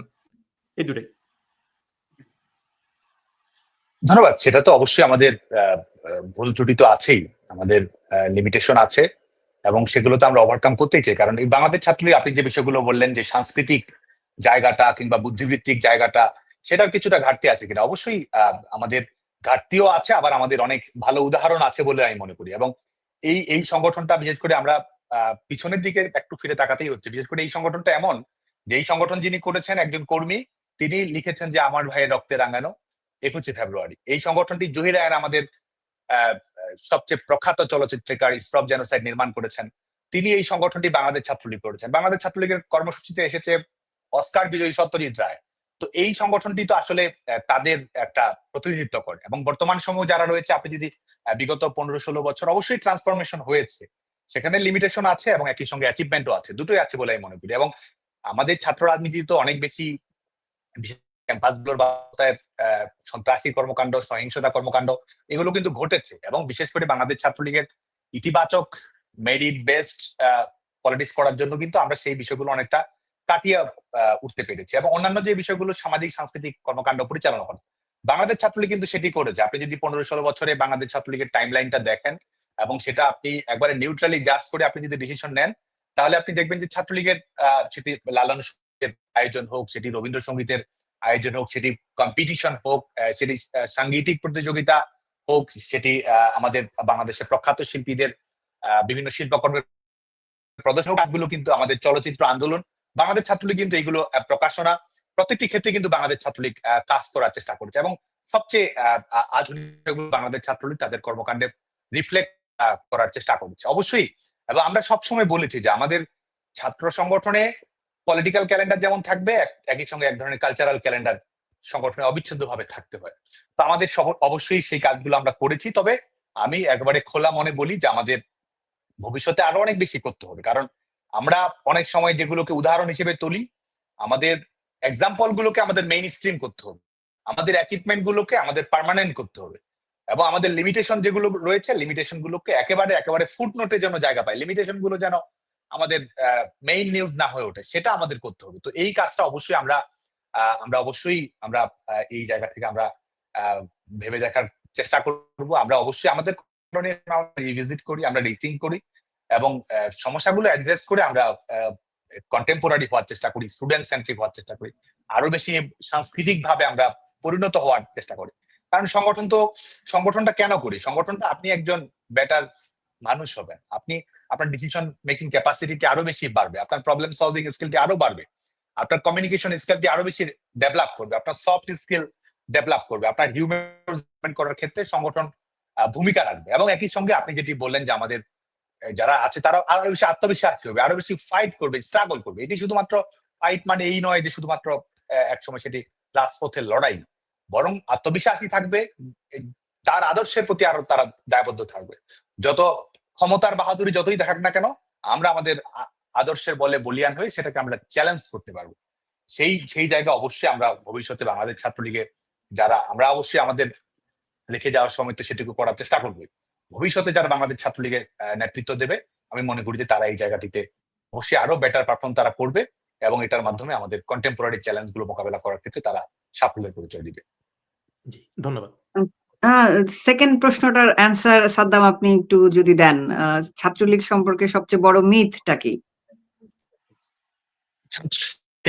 ছাত্রলীগ নিয়ে তো নানা ধরনের মিথ রয়েছে, পক্ষে বিপক্ষে নানা ধরনের মিথ প্রচলিত রয়েছে, এবং এটাকে আমি মনে করি যে ছাত্রলীগের সম্পর্কে আমাদের বর্তমান জেনজি যারা রয়েছে এটাকে একটা কেউ বলছে ক্রিমিনাল অর্গানাইজেশন হিসেবে দেখানো, কেউ নিষিদ্ধ সংগঠন হিসেবে দেখানো, নানা ধরনের মিথ প্রচলিত রয়েছে। কিন্তু আমি মনে করি যে ছাত্রলীগ সম্পর্কে মিথ যদি বলি, সেটা হচ্ছে যে আমাদের গণতান্ত্রিক সংগ্রাম গড়ার প্রতি যে আমাদের দায়বদ্ধতা রয়েছে। অনেক সময় আমরা সংগঠনটাকে শুধুমাত্র ক্ষমতাসীন দল বা একটা রাজনৈতিক দলের স্টেক হোল্ডার হিসেবে দেখি, কিন্তু আমি মনে করি যে এটা সবচেয়ে বড় মিথ হচ্ছে যদি বলি, সেটা হচ্ছে যে অন্য কিছুর সঙ্গে গুলিয়ে ফেলা, এবং সেভাবেই যে কারণে সংগঠনের সঙ্গে অন্তর্ভুক্ত হওয়ার ক্ষেত্রে কিছুটা পিছপা, কিছুটা ভুল ধারণা এই বিষয়গুলো তৈরি হয়। তা আমি মনে করি যে এই মিথটা ভেঙে দিয়ে সংগঠনটা সবার, সংগঠনটা সার্বজনীন, সংগঠনটা গণতন্ত্র, স্বাধীনতা এবং আমাদের তরুণ প্রজন্মের স্বপ্নকে প্রতিনিধিত্ব করে। এই বিষয়টি, এটা আপনাদের সংগঠন, এটা অন্য কারো সংগঠন নয়, এটা কারো ক্ষমতায় থাকা কিংবা ক্ষমতায় যাওয়ার একটা সিঁড়ি হিসেবে নয়, এটা আপনার সংগঠন এবং অবশ্যই তরুণ প্রজন্মের যে একেবারে নিজস্ব স্বপ্নগুলো রয়েছে সেগুলো পূরণ করার একটা সংগঠন বলে আমি মনে করি। হ্যাঁ, এক্সাক্টলি জেনজি জেনারেশনের নিশ্চয়ই এই অ্যান্সারটা ভালো লাগবে। আপনি যেভাবে বললেন এটা ভালো লাগার মতো অ্যান্সারটা ছিল। তো এবার আসবে আমাদের রাজনৈতিক কর্মীদের পালা। আমাদের সাথে যুক্ত আছেন ছাত্রলীগের ২ জন তৃণমূল কর্মী যারা ৫ই আগস্ট পরবর্তী সময়ে মাতৃভূমি রক্ষার লড়াইয়ে সামনের সারিতে থেকে কাজ করে যাচ্ছেন। মিছিলগুলোর সম্মুখভাগে তাদের নিত্য অবস্থান। তারা গ্রেফতার কিংবা মবের আতঙ্ক উপেক্ষা করে এই প্রতিকূল সময়ে কখনো পোস্টারিং, কখনো চিকা মারা সহ দলীয় কাজে নিরলসভাবে শ্রম দিয়ে যাচ্ছেন। তো আমি প্রথমে যাচ্ছি ঢাকা উত্তর ছাত্রলীগের কৃষি বিষয়ক সম্পাদক মুশফিক হোসেন সাকিবের কাছে। সাকিব, আপনার প্রশ্নটা আপনি সাদ্দামের কাছে করতে পারেন। ধন্যবাদ। আমার কথা কি শুনতে পাওয়া যাচ্ছে? হ্যাঁ, আমরা ক্লিয়ার শুনতে পাচ্ছি। প্রথমত আমি ট্র্যাক প্ল্যাটুনকে ধন্যবাদ জানাতে চাই, অভিনন্দন জানাতে চাই প্রথম বর্ষপূর্তি উপলক্ষে। সাদ্দাম ভাইকে ধন্যবাদ জানাতে চাই আমাদের প্রোগ্রামে অতিথি হিসেবে আসার জন্য। সাদ্দাম ভাইয়ের কাছে আমার প্রশ্ন হলো, আমরা যেহেতু আন্দোলনটাকে সারা দেশব্যাপী করব, সেক্ষেত্রে ঢাকা কলেজ সহ বিভিন্ন জেলা উপজেলা পর্যায়ে মানে দীর্ঘ সময় ধরে অনেক জেলা উপজেলা পর্যায়ে কমিটি নেই, ঢাকা কলেজে কমিটি নাই। তো এইসব জেলা উপজেলা এবং কলেজ ক্যাম্পাস ভিত্তিক কোনো কমিটির ব্যাপারে পরিকল্পনা আছে কি ভাইয়ের? এবং দেখা গেছে যে অতীতে আমরা যে দেখেছি আমাদের সংগঠনে বিপুল পরিমাণে শিবির ও ছাত্র দলের অনুপ্রবেশ ঘটেছে। তারা তাদের ব্যক্তি সুবিধা তো গ্রহণ করেছেই, আমাদের সংগঠনকে প্রশ্নবিদ্ধ করার জন্য যা যা করা দরকার তারা সবকিছু করেছে। তো এই ক্ষেত্রে ভবিষ্যতে ছাত্রলীগের রাজনীতিতে মানে আমাদের সংগঠন তো কোনো গোয়েন্দা সংস্থা নয়, তারপরে নিজস্ব ক্যাপাবিলিটির উপর ভিত্তি করে মানে ছাত্রলীগ কি অনুপ্রবেশ ঠেকাতে সঠিক কর্মপন্থা কি নির্ধারণ করেছে কিনা, এবং ভবিষ্যতে কর্মী রিক্রুট পলিসিটার ব্যাপারে সৃজনশীল কোনো চিন্তা ভাবনা আছে কিনা সাদ্দাম ভাইয়ের, আমি সে ব্যাপারে সাদ্দাম ভাইয়ের কাছে জানতে চাই। ধন্যবাদ। বিশেষ করে আগের উত্তরটা হয়তো একটু বেশি লম্বা হয়ে গেছে। আমি এক বাক্যে যদি বলি যে মিথের বিষয়ে, যে ছাত্রলীগ পাওয়ার স্ট্রাগলের কোনো বার্গেনিং চিপ না। বাংলাদেশ ছাত্রলীগ আপনার ডেমোক্রেসিকে রিস্টোর করার জন্য, আপনার হিউম্যান রাইটস কে রিক্লেইম করার জন্য এবং বাংলাদেশের মানুষের যে অধিকার রয়েছে সেটি রিগেইন করার একটা প্রতিষ্ঠান। এটি চ্যাম্পিয়নদের অর্গানাইজেশন এবং আপনি এটার অবিচ্ছেদ্য অংশ। আর আমাদের সাংগঠনিক বলি, আমাদের এই বর্তমান একটা বিশেষ করে জুলাই আগস্ট পরবর্তী বাস্তবতা বাংলাদেশে রাজনৈতিক কর্মকাণ্ড, আমাদের তৃণমূলের নেতৃত্বে যারা রয়েছে, কর্মীরা যারা রয়েছে, রাজপথের লড়াই যারা রয়েছে, তারাই আসলে সত্যিকারের লিডারশিপ রোলে রয়েছে, তারাই সত্যিকারের নেতৃত্বটা দিয়ে যাচ্ছে। এবং এই যে আমাদের কিন্তু ব্যর্থতা আছে, হয়তো ব্যর্থতা বেশি হতে পারে, কিন্তু যারা কর্মী রয়েছে তারা কিন্তু এই ব্যর্থতাকে অতিক্রম করে আমাদের সংগঠনকে শক্তিশালী করেছে। নিজের চাওয়া পাওয়া আমরা হয়তো মূল্যায়ন অবমূল্যায়ন করেছি, কিন্তু কর্মীরা কিন্তু সংগঠনের পতাকাকে আরো ঊর্ধ্বে তুলে ধরেছে, সংগ্রামকে এগিয়ে নিয়ে গেছে, রাজপথে তারা সংগ্রামকে দেদীপ্যমান করেছে, সামাজিক যোগাযোগ মাধ্যমে ফাইট করেছে এবং সমস্ত প্রতিকূলতাকে মোকাবেলা করে রাষ্ট্রকে রীতিমতো বৃদ্ধাঙ্গুলি দেখিয়ে তারা জয় বাংলা স্লোগান দিয়েছে। যে কারণে আমরা মনে করি যে আমাদের কর্মীরাই নেতৃত্ব দিয়েছে আজকে, এবং কর্মীরাই আমাদেরকে নেতৃত্ব দেবে, বন্দরে পৌঁছাবে। এবং সেখানে আমাদের কমিটি গঠন প্রক্রিয়া, এটি আমাদের চলমান একটি প্রক্রিয়া রয়েছে। আমাদের সেটি নিয়ে অবশ্যই কোনো ধরনের বাধা নিষেধ নেই, কোনো ধরনের নিষেধাজ্ঞার বেড়াজাল বাংলাদেশ ছাত্রলীগের সাংগঠনিক কর্মপ্রক্রিয়াকে বন্ধ করতে পারবে না। নিষিদ্ধ সংগঠনের তকমা বাংলাদেশ ছাত্রলীগকে যতই ধরনের নির্যাতনের স্টিম রোলার চাপিয়ে দিয়ে আমাদেরকে অপ্রকাশ্য কার্যক্রমে ঠেলে দিতে পারবে না। আমরা যা করব প্রকাশ্য, আমরা যা করব ওপেন, আমরা খোল একেবারে ওপেন বুকের মতো আমরা আমাদের কর্মপ্রক্রিয়া চালাবো। বাংলাদেশ ছাত্রলীগের সেটি বাংলাদেশের বিভিন্ন শিক্ষা প্রতিষ্ঠান হোক, জেলা মহানগর হোক, সেখানে আমাদের কমিটি গঠন চলবে, সংগঠনের স্বাভাবিক নিয়মে সেটি চলবে। একটি হচ্ছে স্বাভাবিক নিয়ম, আরেকটি হচ্ছে যে আমাদের আন্দোলন সংগ্রামকে বেগবান করার জন্য যখন যেটা করা প্রয়োজন হয় এবং পরিবর্তিত বাস্তবতা অনুযায়ী আমরা আমাদের সংগঠনের স্বাভাবিক চরিত্র অক্ষুণ্ণ রাখবো, একই সঙ্গে পরিবর্তিত বাস্তবতা যেভাবে আমাদের সংগ্রামকে শক্তিশালী করার জন্য, আন্দোলন সংগ্রামকে এগিয়ে নেওয়ার জন্য, কর্মীদেরকে অ্যাডজাস্ট করার জন্য যেটা করা প্রয়োজন সেটিও আমরা করবো। যে কারণে আমরা কমিটি গঠন প্রক্রিয়া যেটি রয়েছে সেটি আমাদের চলমান থাকবে এবং আমাদের কমিটি গঠন, আমাদের সাংগঠনিক কার্যক্রম আমরা প্রকাশ্যেই ঘোষণা করবো এবং সেটার মাধ্যমে আমাদের কার্যক্রম চলমান থাকবে। এবং যেসব জায়গায় বিশেষ করে কমিটি নেই দীর্ঘদিন, কমিটি দীর্ঘদিন নেই কিন্তু কর্মীরা কিন্তু সাংগঠনিক কার্যক্রম বন্ধ রাখেনি, বিভিন্ন জায়গায় হয়তো সময়টা বেশি লেগেছে, সময় বেশি লাগুক, কিন্তু কর্মীরা সময়ের অপেক্ষায় বসে থাকেনি, বরং তারা সময় করেছে, তারা বরং নতুন একটা সময়ের সূচনা করেছে। তো আমরা সেই তাগিদ থেকে বলবো যে আমাদের এই কার্যক্রমগুলো চলমান থাকবে। যেখানে যেখানে কমিটি বন্ধ রয়েছে সেখানে দ্রুততার সঙ্গে আমরা কমিটি গঠন করার চেষ্টা করব। যারা ইতিমধ্যে ভূমিকা রেখেছে তাদেরকে আমরা মূল্যায়নে নিয়ে আসা, মূল্যায়িত করার চেষ্টা করব, এবং যারা এই পরিবর্তিত সময়ের চ্যালেঞ্জ যারা সাকসেসফুল রয়েছে তাদেরকে আমরা আমাদের লিডারশিপ রোলে আরো বেশি করে আমাদেরকে জায়গা করে দেব। সেটি আমাদের চিন্তা ভাবনা রয়েছে এবং সেটির রিফ্লেকশন ইনশাল্লাহ আমরা দ্রুততার সঙ্গে আমরা বাস্তবায়ন আমরা করতে পারবো। আর স্ক্রিনিং নিয়ে যেটি হলো যে আমাদের কমিটি গঠন প্রক্রিয়া অনুপ্রবেশ, এইটা তো আমরা সবসময় বলেছি এটা ঘটেছে, এবং অনুপ্রবেশ কারা করে? যাদের নৈতিক বল নেই, যারা দৃঢ়তা নেই, সেটি তো তারা করেছে। একই সঙ্গে আমাদেরও ভুল আছে। আমরা কেন আমাদের একেবারে নিশ্চিদ্র, একেবারে নিরাপদ রাখতে পারি? অবশ্যই আমরা এই সমস্যাটি আমরা স্বীকার করি, এবং যে কারণে স্ক্রিন আমরা কিন্তু এই চ্যালেঞ্জটি আমরা এভাবেই মোকাবেলা করব। সংগঠনটি আমাদের উন্মুক্ত থাকবে, আমাদের একটা গণসংগঠন, একটা গণমানুষ কেন্দ্রিক সংগঠন, সেটা সেই চরিত্রটা অটুট রেখেই আমাদের স্ক্রিনিংটি কিভাবে আধুনিক করা যায়, যাতে করে আমাদের কর্মী আমাদের এই সংগঠনের অন্তর্ভুক্তির প্রক্রিয়া কেউ যেন না পারে, কেউ যেন ইনফিলট্রেশনের মাধ্যমে তার এজেন্ডা বাস্তবায়ন না করতে পারে, এবং এই সংগঠনের অভ্যন্তরে ঢুকে যারা এই বিভিন্ন ধরনের অপরাধমূলক কর্মকাণ্ড চালিয়েছে তারা যেন ভবিষ্যতে সেই সুযোগটা গ্রহণ না করতে পারে, সেটা আমরা চেষ্টা করব। এবং সেজন্য স্ক্রিনিং প্রসেসটি আধুনিক, ইনক্লুসিভ এবং আরো বেশি মডার্ন, এবং যেখানে কর্মীদের কাছে জবাব দিতে থাকবে। একটা সংগঠনের অন্তর্ভুক্তির ক্ষেত্রে কর্মী যারা রয়েছে, সমসাময়িক যার দ্বারা কম্পেনিয়ন রয়েছে, তার যারা সমসাময়িক পার্টনার রয়েছে, তাদের কারণ কর্মীদের যদি আমরা আরো বেশি আমাদের সংগঠনের অন্তর্ভুক্তির প্রক্রিয়ায় কর্মীদের যদি আমরা আরো বেশি অন্তর্ভুক্তি করতে পারি, যেমন আমাদের সংগঠনটি হয় কি নেতৃত্ব নির্বাচনের প্রক্রিয়াটা সবসময় উপর থেকে চাপিয়ে দেওয়ার বিষয়টা হয়ে থাকে, যে কারণে সংগঠনের নেতৃত্ব নির্বাচন হোক কিংবা সংগঠনের কর্মী অন্তর্ভুক্তির প্রক্রিয়াটি হোক, যেটা যদি আমরা কর্মীদের অন্তর্ভুক্তি দিয়ে আমরা নিশ্চিত করতে পারি, নেতৃত্বটা যদি আমরা আরো বেশি অন্তর্ভুক্তিমূলক করতে পারি, সংগঠনের নেতৃত্বটা যদি বিকেন্দ্রীকরণ ঘটাতে পারি, তাহলে আমি মনে করি যে এটা এই ইনফিলট্রেশনের সুযোগটা কমে আসবে, এবং কর্মীদের যদি আমরা আরো বেশি ক্ষমতায়িত করতে পারি তাহলে এই সংকটগুলো কেটে আসবে, এবং আমরা ভবিষ্যতে সেটির আলোকে সমাধান করার চেষ্টা করব।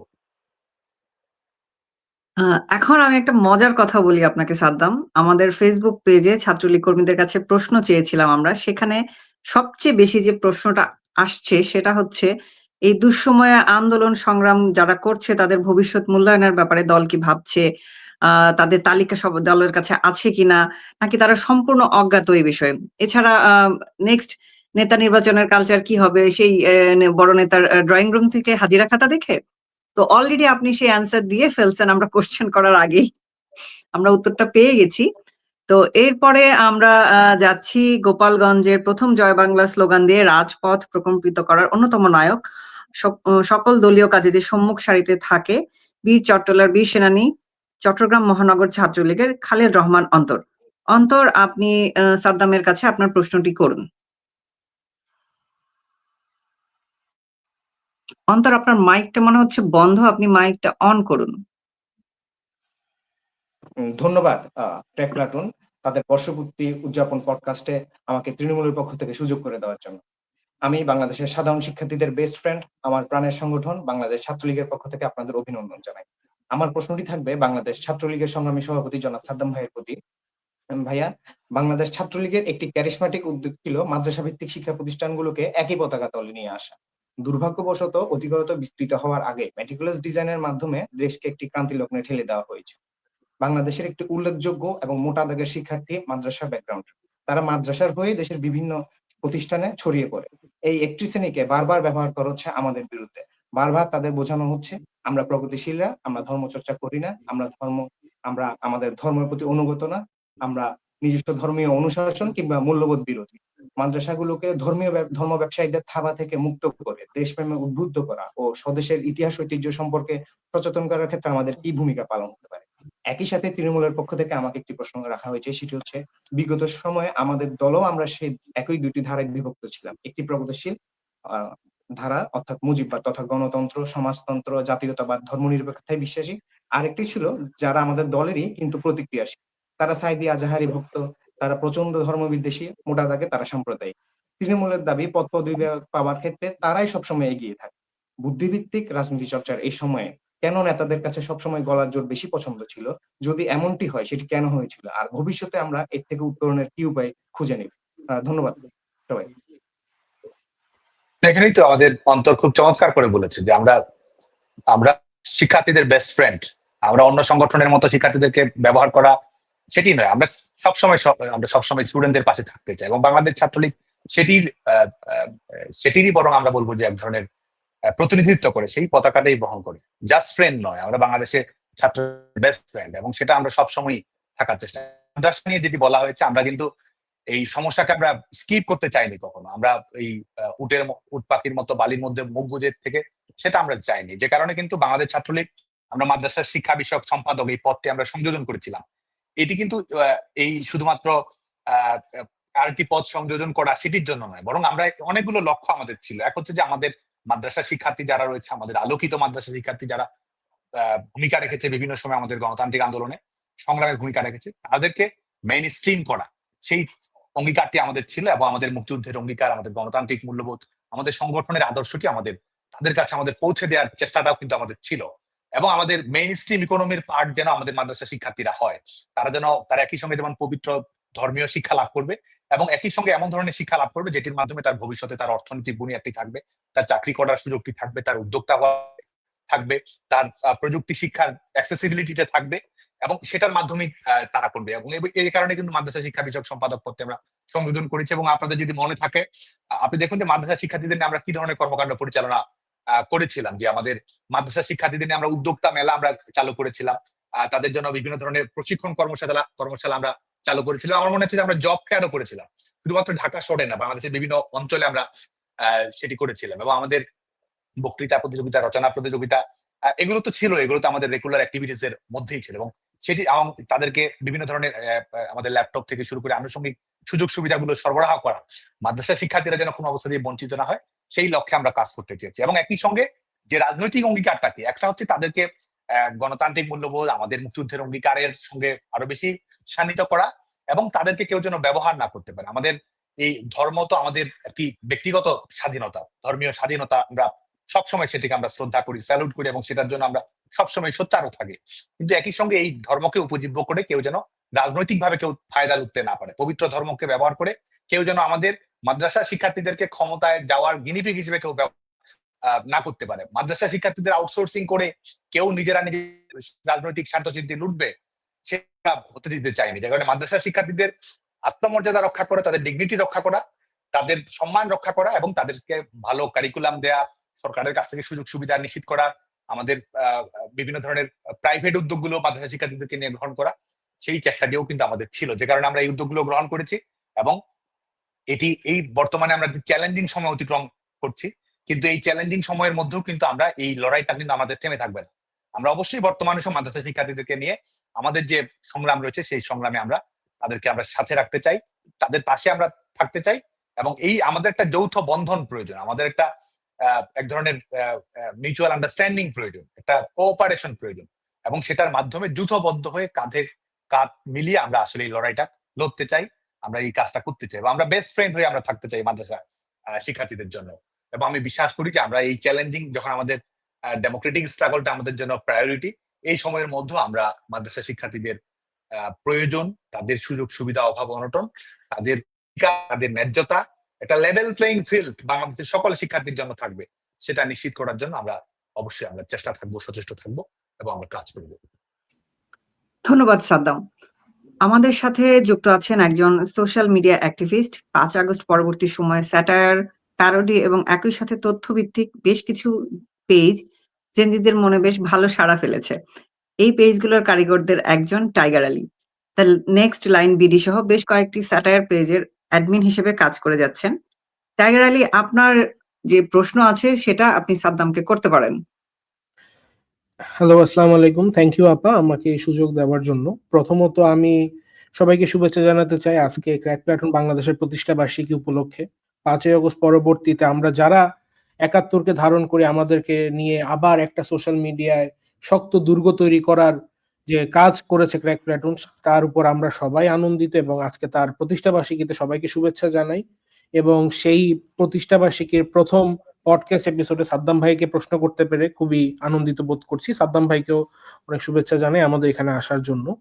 তো সাদ্দাম ভাই, আমার আপনার কাছে একটা স্পেসিফিক প্রশ্ন। আমরা যারা লিগের পক্ষে অনলাইন অ্যাক্টিভিস্ট আছি, আমরা সবসময় একটা ব্যাপার নিয়ে দ্বিধায় থাকি, সেটা হচ্ছে কোন ইস্যুতে আমরা ঠিক কিভাবে রিয়েক্টটা করব। কারণ আমাদের সোশ্যাল মিডিয়া সেন্ট্রালাইজ না, আমাদের কাছে কোনো নির্দেশ থাকে না কোন ইস্যুতে আমরা কিভাবে রিয়েক্ট করব। আমরা যার যার মতো কাজ করি, যেটা অনেক সময় ব্যাকফায়ারও করে। পৃথিবীতে ছোট বড় প্রত্যেকটি দলের আইটি সেল থাকে, রিসার্চ উইং থাকে।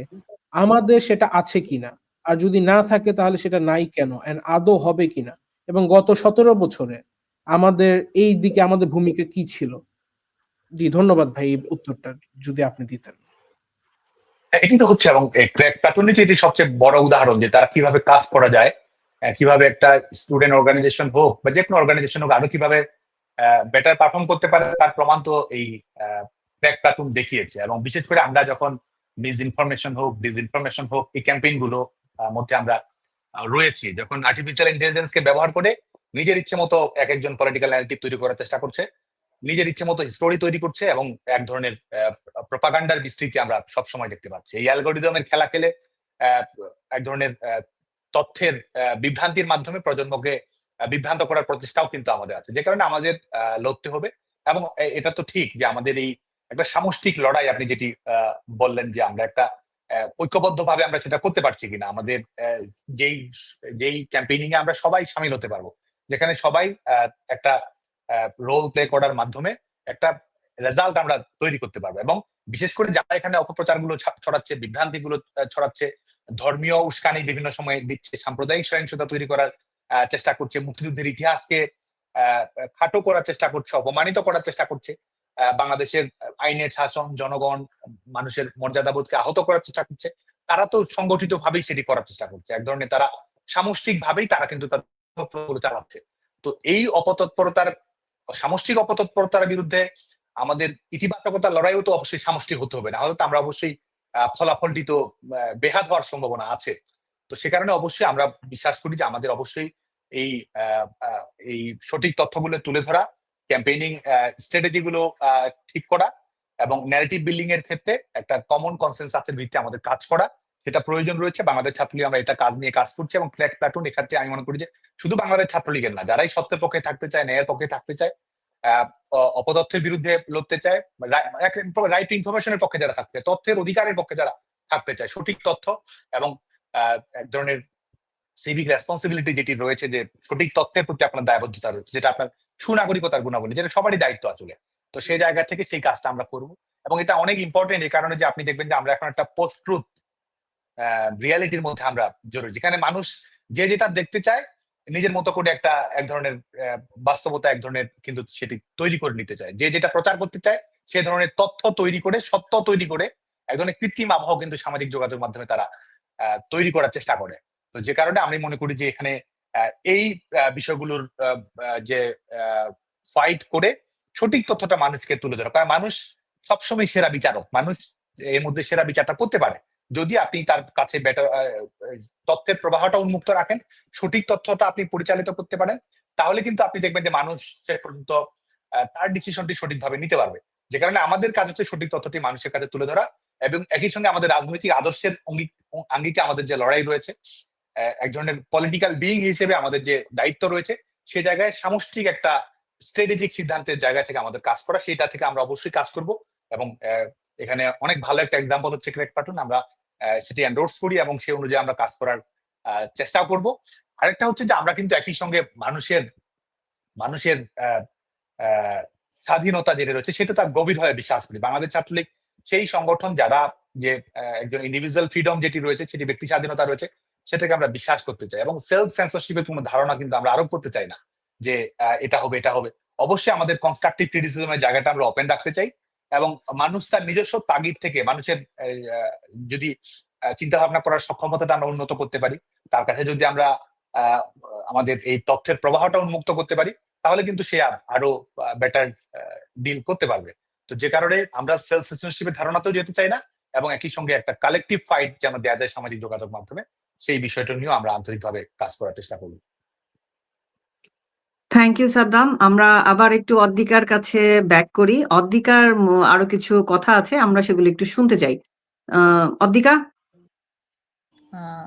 আচ্ছা ভাইয়া, সো এখন আমার সেকেন্ড কোশ্চেনটা হচ্ছে, আপনি মানে হচ্ছে একদম লাস্টেই যে কথাটা বললেন আপনাদের অনলাইন অ্যাক্টিভিটি রিলেটেড, এই জিনিসটার ক্ষেত্রেই, লাইক আমরা অনলাইন অ্যাক্টিভিটির থ্রুতে যদি বাংলাদেশ ছাত্রলীগের স্টুডেন্টদের লাইক চিন্তাধারাটার একটা আইডিয়া নেওয়ার চেষ্টা করি, তাহলে আমরা বুঝতে পারি যে ওরা এটাকে জুলাইটাকে একটা কনস্পিরেসি হিসেবে এখনো কনসিডার করছে। লাইক আমি কোনোভাবেই বলবো না যে এই ক্লেমগুলো আউট অফ নোওয়্যার আসছে, কজ এনাফ এভিডেন্স আমরা এটার জন্য পাচ্ছি লাস্ট কয়েকদিন ধরে। কিন্তু তারপরও আমার কোথাও না কোথাও মনে হয় যে প্রপার এনকাউন্টার ছাত্রলীগ দিতে পারছে না। লাইক এ পলিটিক্যাল ছাত্রদের এখনো বিশাল বড় একটা মানে হচ্ছে গ্রুপ কিন্তু এই মুভমেন্টটাকে ওন করছে। আমার নিজের ফ্রেন্ড সার্কেলে যদি আমি বলি, অনেকেই এখনো হয়তোবা মানছে, বাট তারা স্বীকার করতে রাজি না। তারা কিন্তু এখনো ওই মুভমেন্টের রিলেটেড একটা, কি বলবো, তাদের মধ্যে একটা প্রাইড কাজ করছে। আবার একটা গ্রুপ এখন মেনে নিচ্ছে যে ইট ওয়াজ নট অ্যাজ সিম্পল, মানে যতটা সিম্পল আমাদেরকে দেখানো হয়েছে। তো এখন আমি আপনার কাছে যেটা বলতে চাচ্ছি যে লাইক আমি ছাত্রলীগের কাছ থেকে আশা করি না যে তারা বাকছাসের মতো ছাত্র রাজনীতি করবে। ওদের রাজনীতিটা অবভিয়াসলি মাস ওরিয়েন্টেড হবে। সো লাইক এই বিশাল গ্রুপটাকে কিন্তু আপনাদের ইনক্লুড করতে হবে। আর আমার মনে হয় না যে ফ্যাকচুয়াল ডাটা বাদে এদেরকে কোনোভাবে কনভিন্স করা যাবে। আমি লাস্ট 1 বছর ধরে যদি বলি যে যে কোনো একটা ইস্যু যদি আমরা লাইক হয়তোবা যারা এই জুলাইয়ের সময় ইনভলভ ছিলাম কিন্তু পরে যারা সরে এসেছি, আমরা যখনই কোনো কিছু লাইক হচ্ছে অ্যাড্রেস করছি, আমাদেরকে ওই একই এনকাউন্টার দেওয়া হচ্ছে, meticulous design, master mind and reset button. Like এটা তো অনেক পুরাতন হয়ে গিয়েছে, give me some proper reasons, মানে কোন একটা, কি বলবো, র্যাশনাল আর্গুমেন্ট কিন্তু এখনো কোথাও না কোথাও খুব শর্টেজ আমরা দেখতে পাচ্ছি। লাইক আমরা যদি বলি যে যখন আমাদের হিউম্যানিটেরিয়ান করিডোরের যে ব্যাপারটা হলো, শুরুতে ছাত্রলীগ এই জিনিসটাকে নিয়ে খুবই হাইপ একটা ক্রিয়েট করেছিল। যখনই অন্য সবার অ্যাটেনশনটা এটার থেকে সরে গেল, ছাত্রলীগও সরে গেল। সো আপনার কি মনে হয় যে এই জিনিসগুলো ওদের আরো এখনো কেয়ারফুলি হ্যান্ডেল করা দরকার? আর লাইক আমার আরেকটা কোশ্চেন ছিল যে কোটা আন্দোলনের সময় আমি যতটুকু খেয়াল করতে পারি, আমি ছাত্রলীগের কোনো ক্লিয়ার স্ট্যান্ড দেখিনি। তাদের কোটা আন্দোলনের সময় কোনো অবস্থান ক্লিয়ার ছিল না। মোস্ট প্রবাবলি আপনারা 12 কি 13 তারিখে একটা প্রোগ্রাম করেছিলেন, যেখানে আপনাদের স্টেটমেন্টটা ছিল আমরা কোটা আন্দোলনের যৌক্তিক সমাধান চাই। তো এখন আমার কথা হচ্ছে, বিএসএল এর কাছ থেকে তো আমি কোটা আন্দোলনের যৌক্তিক সমাধান চেতে পারি না। এটা একটা নর্মাল স্টুডেন্ট বলতে পারে যৌক্তিক সমাধান চাই, but BSL is a organization, you guys have to give me facts. So ওই জিনিসগুলোকে আপনারা কিভাবে করতে চাচ্ছেন, মানে ওগুলোকে কিভাবে হ্যান্ডেল করবেন? আর আরেকটা জিনিস যেটা ছিল, লাইক 75-এর পরবর্তী সময় আমরা দেখেছি ছাত্র রাজনীতিতে অনেকে অনেক বাজেভাবে লাইক অনেক অনেক কিছু ফেস করেছে, কিন্তু আমরা এখন দেখছি 24-এর পরবর্তী সময়ে আমাদের এই ধরনের একটা চিত্র আমরা দেখতে পাচ্ছি। সো আপনারা 75 পরবর্তী সময়, আমি অ্যাকচুয়ালি জানি না যে তাদেরকে কম্পেনসেট করার জন্য কি করা হয়েছিল, তাদের ক্যারিয়ারটাকে মানে এভাবে যে নষ্ট করা হচ্ছিল, এগুলোকে ঠিক করার জন্য কি করা হচ্ছিল। সো আমি চাই যে আপনি এই জিনিসগুলোকে একটু অ্যাড্রেস করবেন, যে আপনারা এখন এইগুলোকে কিভাবে হ্যান্ডেল করতে চাচ্ছেন যদি আপনারা আবার ক্ষমতায় আসেন।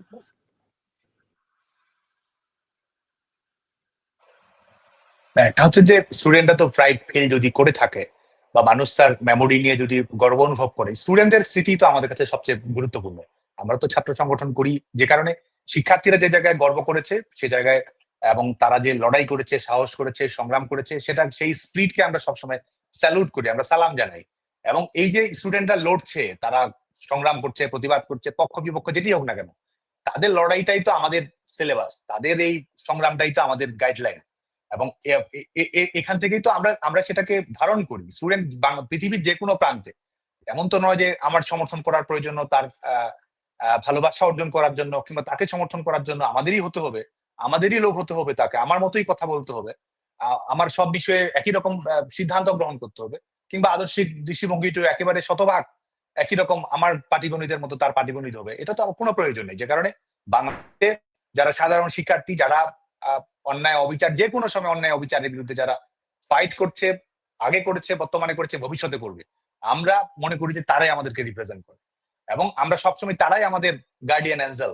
যে কারণে তাদের কাছ থেকে, তাদের সঙ্গে আমাদের দূরত্ব বা কোনো ধরনের দ্বিধা বিভক্তি কোনো নেই, বরং তাদের যে গর্বের অনুভূতি আছে, সাহসের অনুভূতি আছে, লড়াইয়ের শিক্ষা আছে, সেটা ধারণ করেই তাদের সঙ্গে কিভাবে এক ধরনের কনসেনসাস গড়ে তোলা যায়, একটা ব্রিজ তৈরি করা যায়, সেই চেষ্টাটাই আমরা করব। এবং এই আমাদের এই বিশেষ করে এই 14 মাস সময় অতিক্রম হয়ে গেছে জুলাই আগস্ট পরবর্তী বাংলাদেশের বাস্তবতা। স্টুডেন্টরা কিন্তু এখন রেজাল্ট দেখতে চায়, স্টুডেন্টরা কিন্তু এখন পার্থক্য করছে যে কি উদ্দেশ্য হয়েছিল, কেন হয়েছিল, এখন কি অবস্থা আছে, দেশে কি স্টেবিলিটি আছে, দেশে কি ডেভেলপমেন্ট হচ্ছে, দেশে কি তরুণ প্রজন্মের ক্যারিয়ার নিয়ে কোনো ধরনের সিকিউরিটি আছে, মেয়েরা কি আরো এম্পাওয়ার্ড ফিল করছে, নাকি মেয়েরা আরো সাইড লাইনে চলে গেছে, ধরনের মনে হচ্ছে। যে স্বপ্নের কথা তারা বলেছিল, সেই স্বপ্ন কি মূল অঙ্গীকার হয়ে থাকছে, সেগুলো কি প্রাইম কনসার্ন হয়ে থেকেছে, নাকি নিজেদের স্বার্থ সিদ্ধি, রুটি রুজি, এগুলো প্রাইম কনসার্ন হয়ে দাঁড়িয়েছে। যে কারণে কিন্তু স্টুডেন্টরা আজকে কিন্তু এক ধরনের ইভালুয়েট করার সুযোগ পাচ্ছে, স্টুডেন্ট এক ধরনের মূল্যায়ন করার সুযোগ পাচ্ছে। জুলাই আগস্ট নিয়েও এক ধরনের তারা মূল্যায়ন তৈরি করে পাচ্ছে, এবং মূল্যায়ন গুলো ক্রমান্বয়ে নিরপেক্ষ হচ্ছে, ক্রমান্বয়ে নির্মোহ হচ্ছে, প্লাস মাইনাস করছে, এবং সেখান থেকে সিদ্ধান্ত জেনারেট করছে। এবং সেটা কিন্তু এটি প্রমাণিত হয় যে জুলাই আগস্ট পরবর্তী বাস্তবতায় দেশ ভালো চলছে না। দেশে আওয়ামী লীগ সরকার যে অর্জনগুলো তৈরি করেছিল, এবং যারা সবার জন্যই, ছেলেটা ছাত্রলীগ করতে পারে, মেয়েটা আরেকটা দল করতে পারে, বামপন্থী সংগঠন করতে পারে, রাজনীতি হেড করতে পারে, আওয়ামী লীগকে ভোট না দিতে পারে, কিন্তু আওয়ামী লীগ সরকার, শেখ হাসিনা সরকার কিন্তু তরুণ প্রজন্মের সিকিউরিটিটা দিয়েছিল, স্টেবিলিটি দিয়েছিল, ডেভেলপমেন্ট গ্রাফ গুলো কিন্তু সেই প্রমাণটাই করে। আজকে কিন্তু ছেলেমেয়েরা এই পার্থক্যটা করছে। এই একজন বর্তমানে যে সরকার চালাচ্ছে আগের সরকারের সঙ্গে তুলনা করছে, এবং সেখানে কিন্তু তরুণ প্রজন্মের যে মূল্যায়ন, সেই মূল্যায়নে কিন্তু আওয়ামী লীগ অনেক বেশি নম্বর পেয়ে এক ধরনের উত্তীর্ণ হচ্ছে। এটি একটি দিক। আরেকটি হচ্ছে যে জুলাই আগস্টে ঘটনার ঘনঘটা, এক ধরনের ইমোশনাল পরিস্থিতি ব্যবহার করার বাস্তবতাই ঘটেছে, এবং সেখান থেকেও কিন্তু তরুণ প্রজন্ম আজকে কিন্তু আমাদের ভুল ত্রুটিগুলো যেমন আছে সেগুলো নিয়ে তাদের মূল্যায়ন রয়েছে, এবং একই সঙ্গে তাদেরকে যে ব্যবহার করা হয়েছে সেগুলো নিয়েও কিন্তু এক ধরনের উপলব্ধি আছে। কেউ কেউ তো স্ক্যাম বলছে, কেউ কেউ তো বলছে যে উদ্দেশ্য নিয়ে আসা হয়েছে সে উদ্দেশ্য বাস্তবায়িত হয়নি। এবং এই জায়গায় আমাদের অবশ্যই আরো বেশি অ্যাড্রেস করার সুযোগ আছে, সেটি আমি স্বীকার করি, এবং আরো স্মার্টলি আমাদের সেটি করতে হবে। তরুণ প্রজন্মের ভাষায়, এই মেমস জেনারেশন, আমাদের এই জেনজের, তাদের ভাষায় সেটা আমাদেরকে করার চেষ্টা করতে হবে। এবং যে বাস্তবতা গুলো আছে আজকে, যে শুধু হিউম্যান করিডোর কেন, এই যে মৃত্যুর সংখ্যা নিয়ে যে ধরনের তামাশা তৈরি করা হচ্ছে, বিভ্রান্তি তৈরি করা হচ্ছে, এবং আওয়ামী লীগের নেতা কর্মীরা কি পরিমাণ নির্যাতনের শিকার হয়েছে, হত্যাকাণ্ডের শিকার হয়েছে, সংখ্যাটা বেশি না কম, পুলিশের ভূমিকা প্রপোর্শনেট ছিল কিনা, এই বিষয়গুলো নিয়ে কিন্তু আরো বেশি একটা ইতিবাচক মূল্যায়ন ছেলেমেয়েরা করতে পারছে। এবং তারা দেখতে পাচ্ছে যে আজকে যেটি বলা হয়েছে যে বঙ্গবন্ধুর বাংলায় বৈষম্যের ঠাঁই নাই, এটা বলেছে, এবং পরে তারা ধানমন্ডি 32 নম্বর তারা ভেঙে দিয়েছে। তারা বলেছে মুক্তিযুদ্ধের বাংলায় বৈষম্যের ঠাঁই নেই, আবার মুক্তিযুদ্ধকে তারা সাইড লাইনে নিয়ে যাওয়ার চেষ্টা করে। কিন্তু বাংলাদেশের তরুণ প্রজন্ম, বর্তমান প্রজন্ম, তারা সেটি দেখছে। তারা বলছে যে মেধানা কোটা, আজকে তারা দেখছে যে কোটার ভিত্তিতে বাংলাদেশে নিয়োগ দেওয়া হচ্ছে। তারা এমপ্লয়মেন্ট চেয়েছিল, তারা ছেলে মেয়েদের এমপ্লয়াবিলিটি যেন বাড়ে, সেরকম কারিকুলাম চেয়েছিল। আজকে দেখছে যে বাংলাদেশে মেধার ভিত্তিতে কোনো চাকরি নেই, সরকারি চাকরি তো নেই, তার ভিত্তিতে নিয়োগ দেওয়া হচ্ছে, সুপারিশের ভিত্তিতে নিয়োগ দেওয়া হচ্ছে। এবং ছেলেমেয়েরা কি চায়, যে ছেলেমেয়েরা তরুণ প্রজন্ম ক্ষমতায়িত হবে, সেটা তো চায়, কিন্তু সেটা গণতান্ত্রিক প্রক্রিয়ায় হবে, নিয়ম কানুনের মধ্যে হবে, জনগণের ভোটে নির্বাচিত হয়ে তরুণ প্রজন্ম ক্ষমতায়িত হবে। অথচ আজকে কিন্তু দেখা হচ্ছে পরিস্থিতির সুযোগ নিয়ে পেছনের দিকে তরুণ প্রজন্মের সামনে উদাহরণ তৈরি করা হচ্ছে যে জবরদখল করে ক্ষমতা দখল করা যায়, এবং সেটার মাধ্যমে রাষ্ট্রযন্ত্র ইচ্ছা মতো ব্যবহার করা যায়, জনগণের কাছ থেকে লুটপাট করে নিজের ব্যাংক ব্যালেন্স বাড়ানো যায়, ভবিষ্যতে সেভ এক্সিট করে ভবিষ্যতে দেশের বাইরে পাচার করা যায়।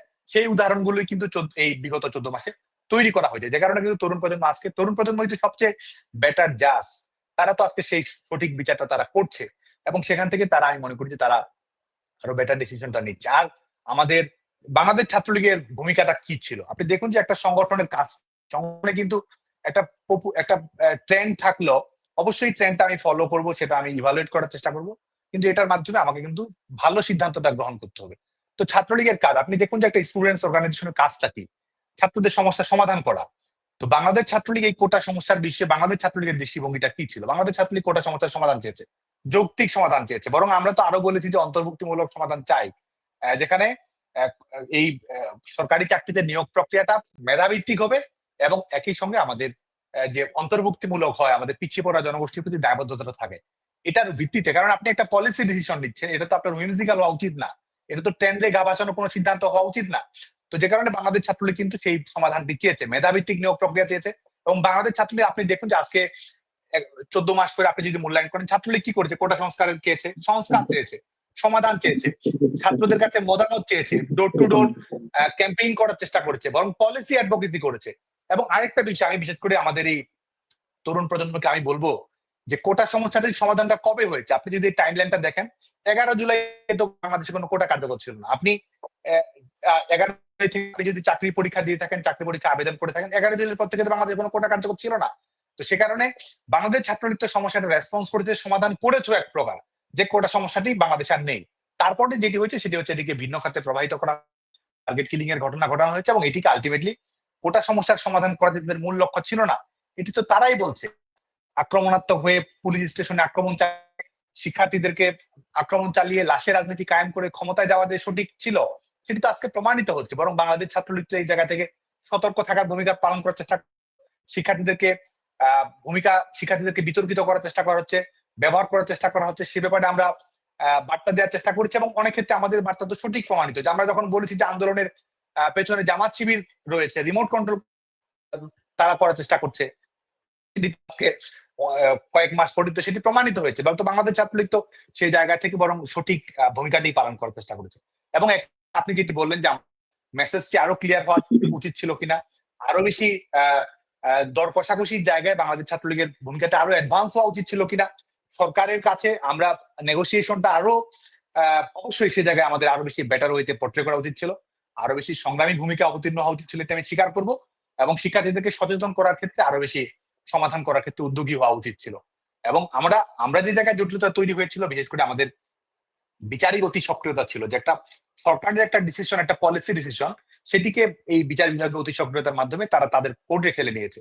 যে কারণে আমরা অবশ্যই আমাদের সিদ্ধান্ত গ্রহণ প্রক্রিয়া এটি প্রভাব বিস্তার করছে যে বিচার বিভাগের স্বাধীনতা, সমস্যাটির সমাধান হয়েছে, এবং একটা অন্তর্ভুক্তিমূলক, যেখানে আমাদের আদিবাসীদের সুরক্ষা থাকবে, যেখানে আমাদের নারীদের সুরক্ষা থাকবে। সেটা তো আমরা ভেবেছি, ট্রেন্ডে গান আবাসী আমাদের নারীদের সুরক্ষা, আদিবাসীদের সুরক্ষা, আমাদের প্রান্তিক জনগোষ্ঠীর প্রতি দায়বদ্ধতা, এবং একটা মেধাভিত্তিক নিয়োগ প্রক্রিয়া। আমরা তো সস্তা সমাধান চাইনি, ট্রেন্ডি সমাধান চাইনি, পপুলিশ সমাধান চাইনি, বরং আমরা একটা ইনক্লুসিভ, মডার্ন এবং একটা স্টুডেন্ট সেন্ট্রিক এবং একটা ভবিষ্যৎমুখী আমরা সমাধান, টেকসই সমাধান চেয়েছি, সাস্টেইনেবল সলিউশন চেয়েছি। তো বাংলাদেশ ছাত্রলীগ তো সঠিক পথেই ছিল, এবং একই সঙ্গে যে ভুলগুলো রয়েছে সেগুলো থেকে তো আমরা অবশ্যই শিক্ষা গ্রহণ করছি। সাদ্দাম, আমি এখন একটু ইন্টারফেয়ার করি কথার মাঝখানে, যেহেতু আপনি বললেন যে ছাত্রদের অধিকার রক্ষার জন্য আপনারা ছাত্রলীগ সব কাজ করেছে। তো আমি নিজে কিন্তু প্রাইভেট ভার্সিটি স্টুডেন্ট, এবং প্রাইভেট ভার্সিটি স্টুডেন্টের যে কি পাওয়ার সেটা কিন্তু আমরা জুলাইয়ে দেখলাম। তারা জয়েন করার পরপরই মূলত এই যেটা জুলাই অভ্যুত্থান সবাই বলে, জুলাই বিপ্লব আন্দোলন হোয়াটএভার, তো এটার মোড় ঘুরে গেল যখন প্রাইভেট ভার্সিটির ছাত্ররা এটাতে জয়েন করলো। তো বেসিক্যালি তারা পলিটিক্স থেকে খুবই ডিটাচ থাকে, এবং তাদের মেন্টালিটি খুবই নাইভ। এই জন্য তারা আসলে বাংলাদেশের যে রিয়েলিটি চেক যেটাকে বলে সেটা তারা বুঝতে পারে না। আমার প্রশ্ন হচ্ছে, প্রাইভেট ভার্সিটির এই যে বিশাল একটা ছাত্র জনগোষ্ঠী আছে, তাদের মধ্যে বাংলাদেশ ছাত্রলীগের কেন কোনো অ্যাক্টিভিটিস নাই? আপনি দেখতে পারেন যে শিবিরের কমিটি আছে, ওরা যেহেতু লুকিয়ে লুকিয়ে কাজ করে, ওদের আছে। বাংলাদেশ ছাত্রলীগ কেন এই দিকটাতে একটু নজর দিচ্ছে না প্রাইভেট সেকশনের দিকে, যে প্রাইভেট ভার্সিটি যে ছাত্ররা আছে তাদের কেন মূলধারার যে ছাত্রলীগের রাজনীতি তাদের মধ্যে কেন ইনভলভ করছে না? আপনাদের আসলে এই প্রাইভেট ভার্সিটির ছাত্রদের নিয়ে আপনাদের প্ল্যান, পরিকল্পনাটা কি? পরবর্তীতে আপনারা কি তাদেরকে যুক্ত করবেন ছাত্রলীগের, নাকি শুধু পাবলিক ভার্সিটিতে যেসব কমিটি হয় ওগুলোর মধ্যে আপনারা লিমিটেড থাকবেন? আমি যুক্ত করব না, করার তো বিষয় না, আমরা বরং যুক্ত হব। কারণ এটা প্রাইভেট ইউনিভার্সিটি প্রত্যেকটা আমাদের শিক্ষা প্রতিষ্ঠান। তো আমাদের প্রাইভেট বিশ্ববিদ্যালয়ের শিক্ষার্থীদের আরো বেশি অন্তর্ভুক্তি থাকবে, এবং বিশেষ করে প্রাইভেট বিশ্ববিদ্যালয়ের শিক্ষার্থীদের সামনের দিনে আমাদের বিশেষ করে উচ্চশিক্ষার মানচিত্র হোক, গবেষণা বিশ্ববিদ্যালয় হোক, আমাদের পলিসি লেভেল হোক, আগামী দিনে নেতৃত্ব তৈরি হোক, প্রত্যেকটি ক্ষেত্রে কিন্তু আমাদের বিশ্ববিদ্যালয়গুলো, বেসরকারি বিশ্ববিদ্যালয়গুলো, সেগুলো কিন্তু মূল ভূমিকা পালন করবে। আজকে দেখুন যে আপনি কিউএস ইউনিভার্সিটি র্যাঙ্কিংস বলেন, টাইমস এর র্যাঙ্কিং বলেন, পৃথিবীর সবচেয়ে বড় সেরা বিশ্ববিদ্যালয় যেগুলো রয়েছে বেশিরভাগই কিন্তু বেসরকারি ভাবেই প্রতিষ্ঠিত। এবং আমি মনে করি যে বাংলাদেশের বেসরকারি বিশ্ববিদ্যালয়গুলো অনেক অজস্র সম্ভাবনা রয়েছে প্রত্যেকটি ক্ষেত্রে, রাজনৈতিক ক্ষেত্রে, একাডেমিক ক্ষেত্রে, আমাদের পলিসি লেভেলে এবং লিডারশিপ রোল। বরং প্রাইভেট বিশ্ববিদ্যালয়গুলো আমাদের ছাত্র রাজনীতি কিরকম হওয়া উচিত, ছাত্র রাজনীতির একটা বেটার দৃষ্টান্ত আমাদের প্রাইভেট বিশ্ববিদ্যালয়গুলো তৈরি করতে পারবে। এবং আগামী দিনে আমি যদি কথা বলি প্রাইভেট বিশ্ববিদ্যালয়ের শিক্ষার্থীদের কাছে, আজকে এমন একটা সরকার রয়েছে বাংলাদেশে, আমরা তো বেসরকারি মালিকানা নাই বিভিন্ন সময় কথা বলি, আজকে এমন একটা বাংলাদেশে আছে যেই সরকারকে আসলে বেসরকারি খাতে ছেড়ে দিয়েছে বলা যায়, যেখানে আসলে একটা প্রতিষ্ঠানের জন্য, একটি গ্রামীণ ব্যাংকের জন্য ব্যবহার করা হচ্ছে, যখন মানুষের মালিকানা বাদ দিয়ে নিজেদের ব্যক্তিগত স্বার্থ সিদ্ধিগুলোকে ব্যবহার করা হচ্ছে, রাষ্ট্রের জনগণের কাছ থেকে ট্যাক্স ভ্যাট চাপিয়ে আবার নিজের ব্যক্তিগত প্রতিষ্ঠানের বিভিন্ন কর্মমুক্তির আওতায় নিয়ে আসছে, বিভিন্ন ধরনের সুযোগ সুবিধা দিচ্ছে, রাষ্ট্রীয় পদে আছে, এখন রাষ্ট্রীয় সরকার প্রধান না বিভিন্ন প্রাইভেট প্রতিষ্ঠানের সিইও হিসেবে আছে, সেটি নিয়েই প্রশ্ন আসছে। কারণ সরকার প্রধান হয়ে আমরা দেখছি যে নিজের এটা নিচ্ছে সেটা নিচ্ছে, এই বিজনেস নিচ্ছে, সামাজিক বিজনেস করছে, টেলিকম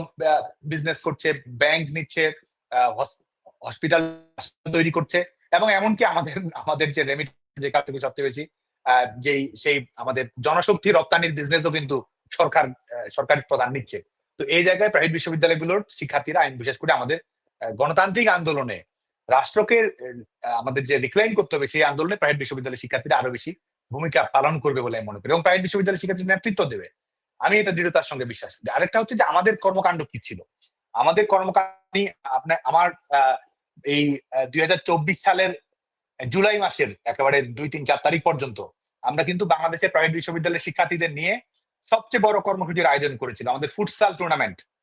এটা কিন্তু শুধুমাত্র বাংলাদেশ ছাত্রলীগ নয়, বাংলাদেশের ইতিহাসে সবচেয়ে বড় টুর্নামেন্ট আমাদের ফুটসাল টুর্নামেন্ট, এবং একই সঙ্গে ইনডোর ক্রিকেট টুর্নামেন্ট, যেটি আমরা আয়োজন করেছিলাম বেসরকারি বিশ্ববিদ্যালয়গুলোর শিক্ষার্থীদের নিয়ে। এবং সেখানে কিন্তু আমাদের নর্থ সাউথ ইউনিভার্সিটি হোক, ব্র্যাগ ইউনিভার্সিটি হোক, ইউল্যাব হোক, আমাদের প্রত্যেকটি বেসরকারি বিশ্ববিদ্যালয়ের শিক্ষার্থীরা কিন্তু সেই টুর্নামেন্টে অংশগ্রহণ করেছে। এবং সেটা কিন্তু ছাত্রলীগের টিম অংশগ্রহণ করেছে সেটা না, শিক্ষার্থীদের টিম অংশগ্রহণ করেছে, এবং তারা চ্যাম্পিয়ন হয়েছে, আমাদের সঙ্গে খুবই সেলিব্রেট করেছে, আমরা এনজয় করেছি একই সঙ্গে। এবং আমাদের নানাবিধ কর্মসূচি কিন্তু প্রাইভেট বিশ্ববিদ্যালয়ের শিক্ষার্থীদের সঙ্গে ছিল। আমরা নানা ধরনের আমাদের স্পোর্টস ইনিশিয়েটিভ যেমন ছিল, আমাদের স্টার্ট আপ প্রকল্পগুলোর সঙ্গে বেসরকারি বিশ্ববিদ্যালয়ের শিক্ষার্থীদেরকে সম্পৃক্ত করা, আমরা যে আমাদের ইনোভেশন এন্ড এন্টারপ্রেনারশিপ সেক্রেটারি পদ তৈরি করেছিলাম উদ্যোক্তা এবং উদ্ভাবন বিষয়ক, সেখানেও কিন্তু প্রাইভেট বিশ্ববিদ্যালয়ের শিক্ষার্থীদের অন্তর্ভুক্তি ছিল। এবং আমি এখানে অন্তর্ভুক্তি নেবো, আমি বিশ্বাস করি যে ভবিষ্যতে বাংলাদেশ ছাত্রলীগের নেতৃত্বেও বিশ্ববিদ্যালয়ের শিক্ষার্থীরা আসবে, মূল নেতৃত্বে তারা চলে আসবে, এবং তারা সবাইকে নেতৃত্ব দেবে। এখানে কিন্তু প্রাইভেট বিশ্ববিদ্যালয় বলে এটিকে আলাদা করার কিছু নেই, সবাই আমাদের উচ্চ শিক্ষা প্রতিষ্ঠান, সবগুলি বিশ্ববিদ্যালয়, এখানে কিন্তু সব বিশ্ববিদ্যালয়, এটি আমাদের কাছে সবচেয়ে বড় পরিচয়। এবং আমরা প্রাইভেট বিশ্ববিদ্যালয়ের শিক্ষার্থীদেরকে আমরা নিজেরা সেখানে আরো বেশি সংযুক্ত হতে চাই। আমাদের গণতন্ত্র, ছাত্র রাজনীতির পরিবর্তন, 21 শতকের চ্যালেঞ্জ মোকাবেলা, বিশ্ববিদ্যালয়গুলো মর্যাদাটা অক্ষুণ্ণ থাকবে, বিশ্ববিদ্যালয়গুলো বাংলাদেশের জাতীয় উন্নয়নে ভূমিকা রাখবে, আমাদের জব মার্কেট সিকিউর থাকবে, এবং ছেলেমেয়েরা উদ্যোক্তা হবে। ছেলেমেয়েরা শেখ হাসিনা যে স্বপ্নটি দেখেছিলেন, এটা কিন্তু তরুণ প্রজন্মের স্বপ্ন, এটা আওয়ামী লীগের স্বপ্ন, দলীয় স্বপ্ন সেটা না। আমাদের দেশটা হবে $1 ট্রিলিয়ন ইকোনমিক দেশ, সেখানে আমাদের $1 বিলিয়ন উদ্যোক্তা তৈরি হবে। সেটা কারা হবে? আমাদের সরকারি বেসরকারি বিশ্ববিদ্যালয়ের ছেলেমেয়েরাই তো হবে। আমাদের বিশ্ববিদ্যালয়গুলো ইনোভেশন হাব হিসেবে পরিচিত হবে, সেটা কারা হবে? আমাদের বেসরকারি বিশ্ববিদ্যালয়ের শিক্ষার্থীরাই হবে, সরকারি বিশ্ববিদ্যালয়ের শিক্ষার্থীরাই তো হবে। তো আমি বিশ্বাস করি যে সেই এবং একই সঙ্গে বিনির্মাণ, যেটি বললাম যে একটা দেশ গড়ার সংগ্রাম, এবং একই সঙ্গে লড়াই করা, সংগ্রাম করা, এই দেশটাকে যারা জবরদখল করে আছে, কুক্ষিগত করে রয়েছে, তাদেরকে চ্যালেঞ্জ ছুড়ে দেয়া, যারা আজকে ক্ষমতার ছড়ি ঘোরাচ্ছে তাদের বিরুদ্ধে চ্যালেঞ্জ ছুড়ে দিয়ে জনগণের অধিকারকে প্রতিষ্ঠিত, মানুষের অধিকার নিয়ে যখন ছিনিমিনি খেলা হচ্ছে, নারীদেরকে যখন সেকেন্ড ক্লাস সিটিজেন হিসেবে পরিণত করার চেষ্টা করা হচ্ছে, রিলিজিয়াস আইডেন্টিটিকে যখন প্রধান চরিত্র হিসেবে গড়ে তোলার চেষ্টা করা হচ্ছে, আমি বিশ্বাস করি যে আমাদের এই সংগ্রামেও, এই লড়াই সংগ্রামেও প্রাইভেট ইউনিভার্সিটির স্টুডেন্টদের স্পিড রয়েছে, তাদের যে শিক্ষা রয়েছে, তাদের যে উদ্ভাবনী শক্তি রয়েছে, সৃজনী শক্তি রয়েছে, তারা আমাদের কাপ্তান হবে, তারাই আমাদেরকে নেতৃত্ব দেবে। Thank you Saddam. এখন আমরা যাই একটু রাশার কাছে, ওর সম্ভবত আরো কিছু প্রশ্ন রয়ে গেছে। রাশা, আপনার প্রশ্নটা আপনি সাদ্দামকে করতে পারেন, এখন আমরা একটু শুনতে যাচ্ছি আপনার বক্তব্যটা। Thank you. সো সাদ্দাম ভাই, যে আজকের বাংলাদেশে অনলাইন কতটুকু ইম্পর্টেন্সি বহন করে। সো এর বিপরীতে আমরা দেখতে পাই অনলাইনে বিএসএল পেজের presence is very traditional, like kind old fashion স্টাইলের, লাইক প্রেস রিলিজ, তারপর র্যালি পিকচার্স, দেন গদবাধা কন্টেন্টস গুলো তো আছেই। ওইগুলোই মোস্টলি পেজে দেখা যায়, which is actually not very engaging for us and তেমন vibe friendlyও হয় না. That's why it's very complicated for us to relate with them. So, do you have any plan on bringing any changes to BSL's online presence? As a Gen Z, I believe যে আপনারা যদি অনলাইনটা strong করেন, দেন Real মাদ্রিদের মতো আপনারাও 90 মিনিটে comeback দিবেন। Hala Madrid, thank you.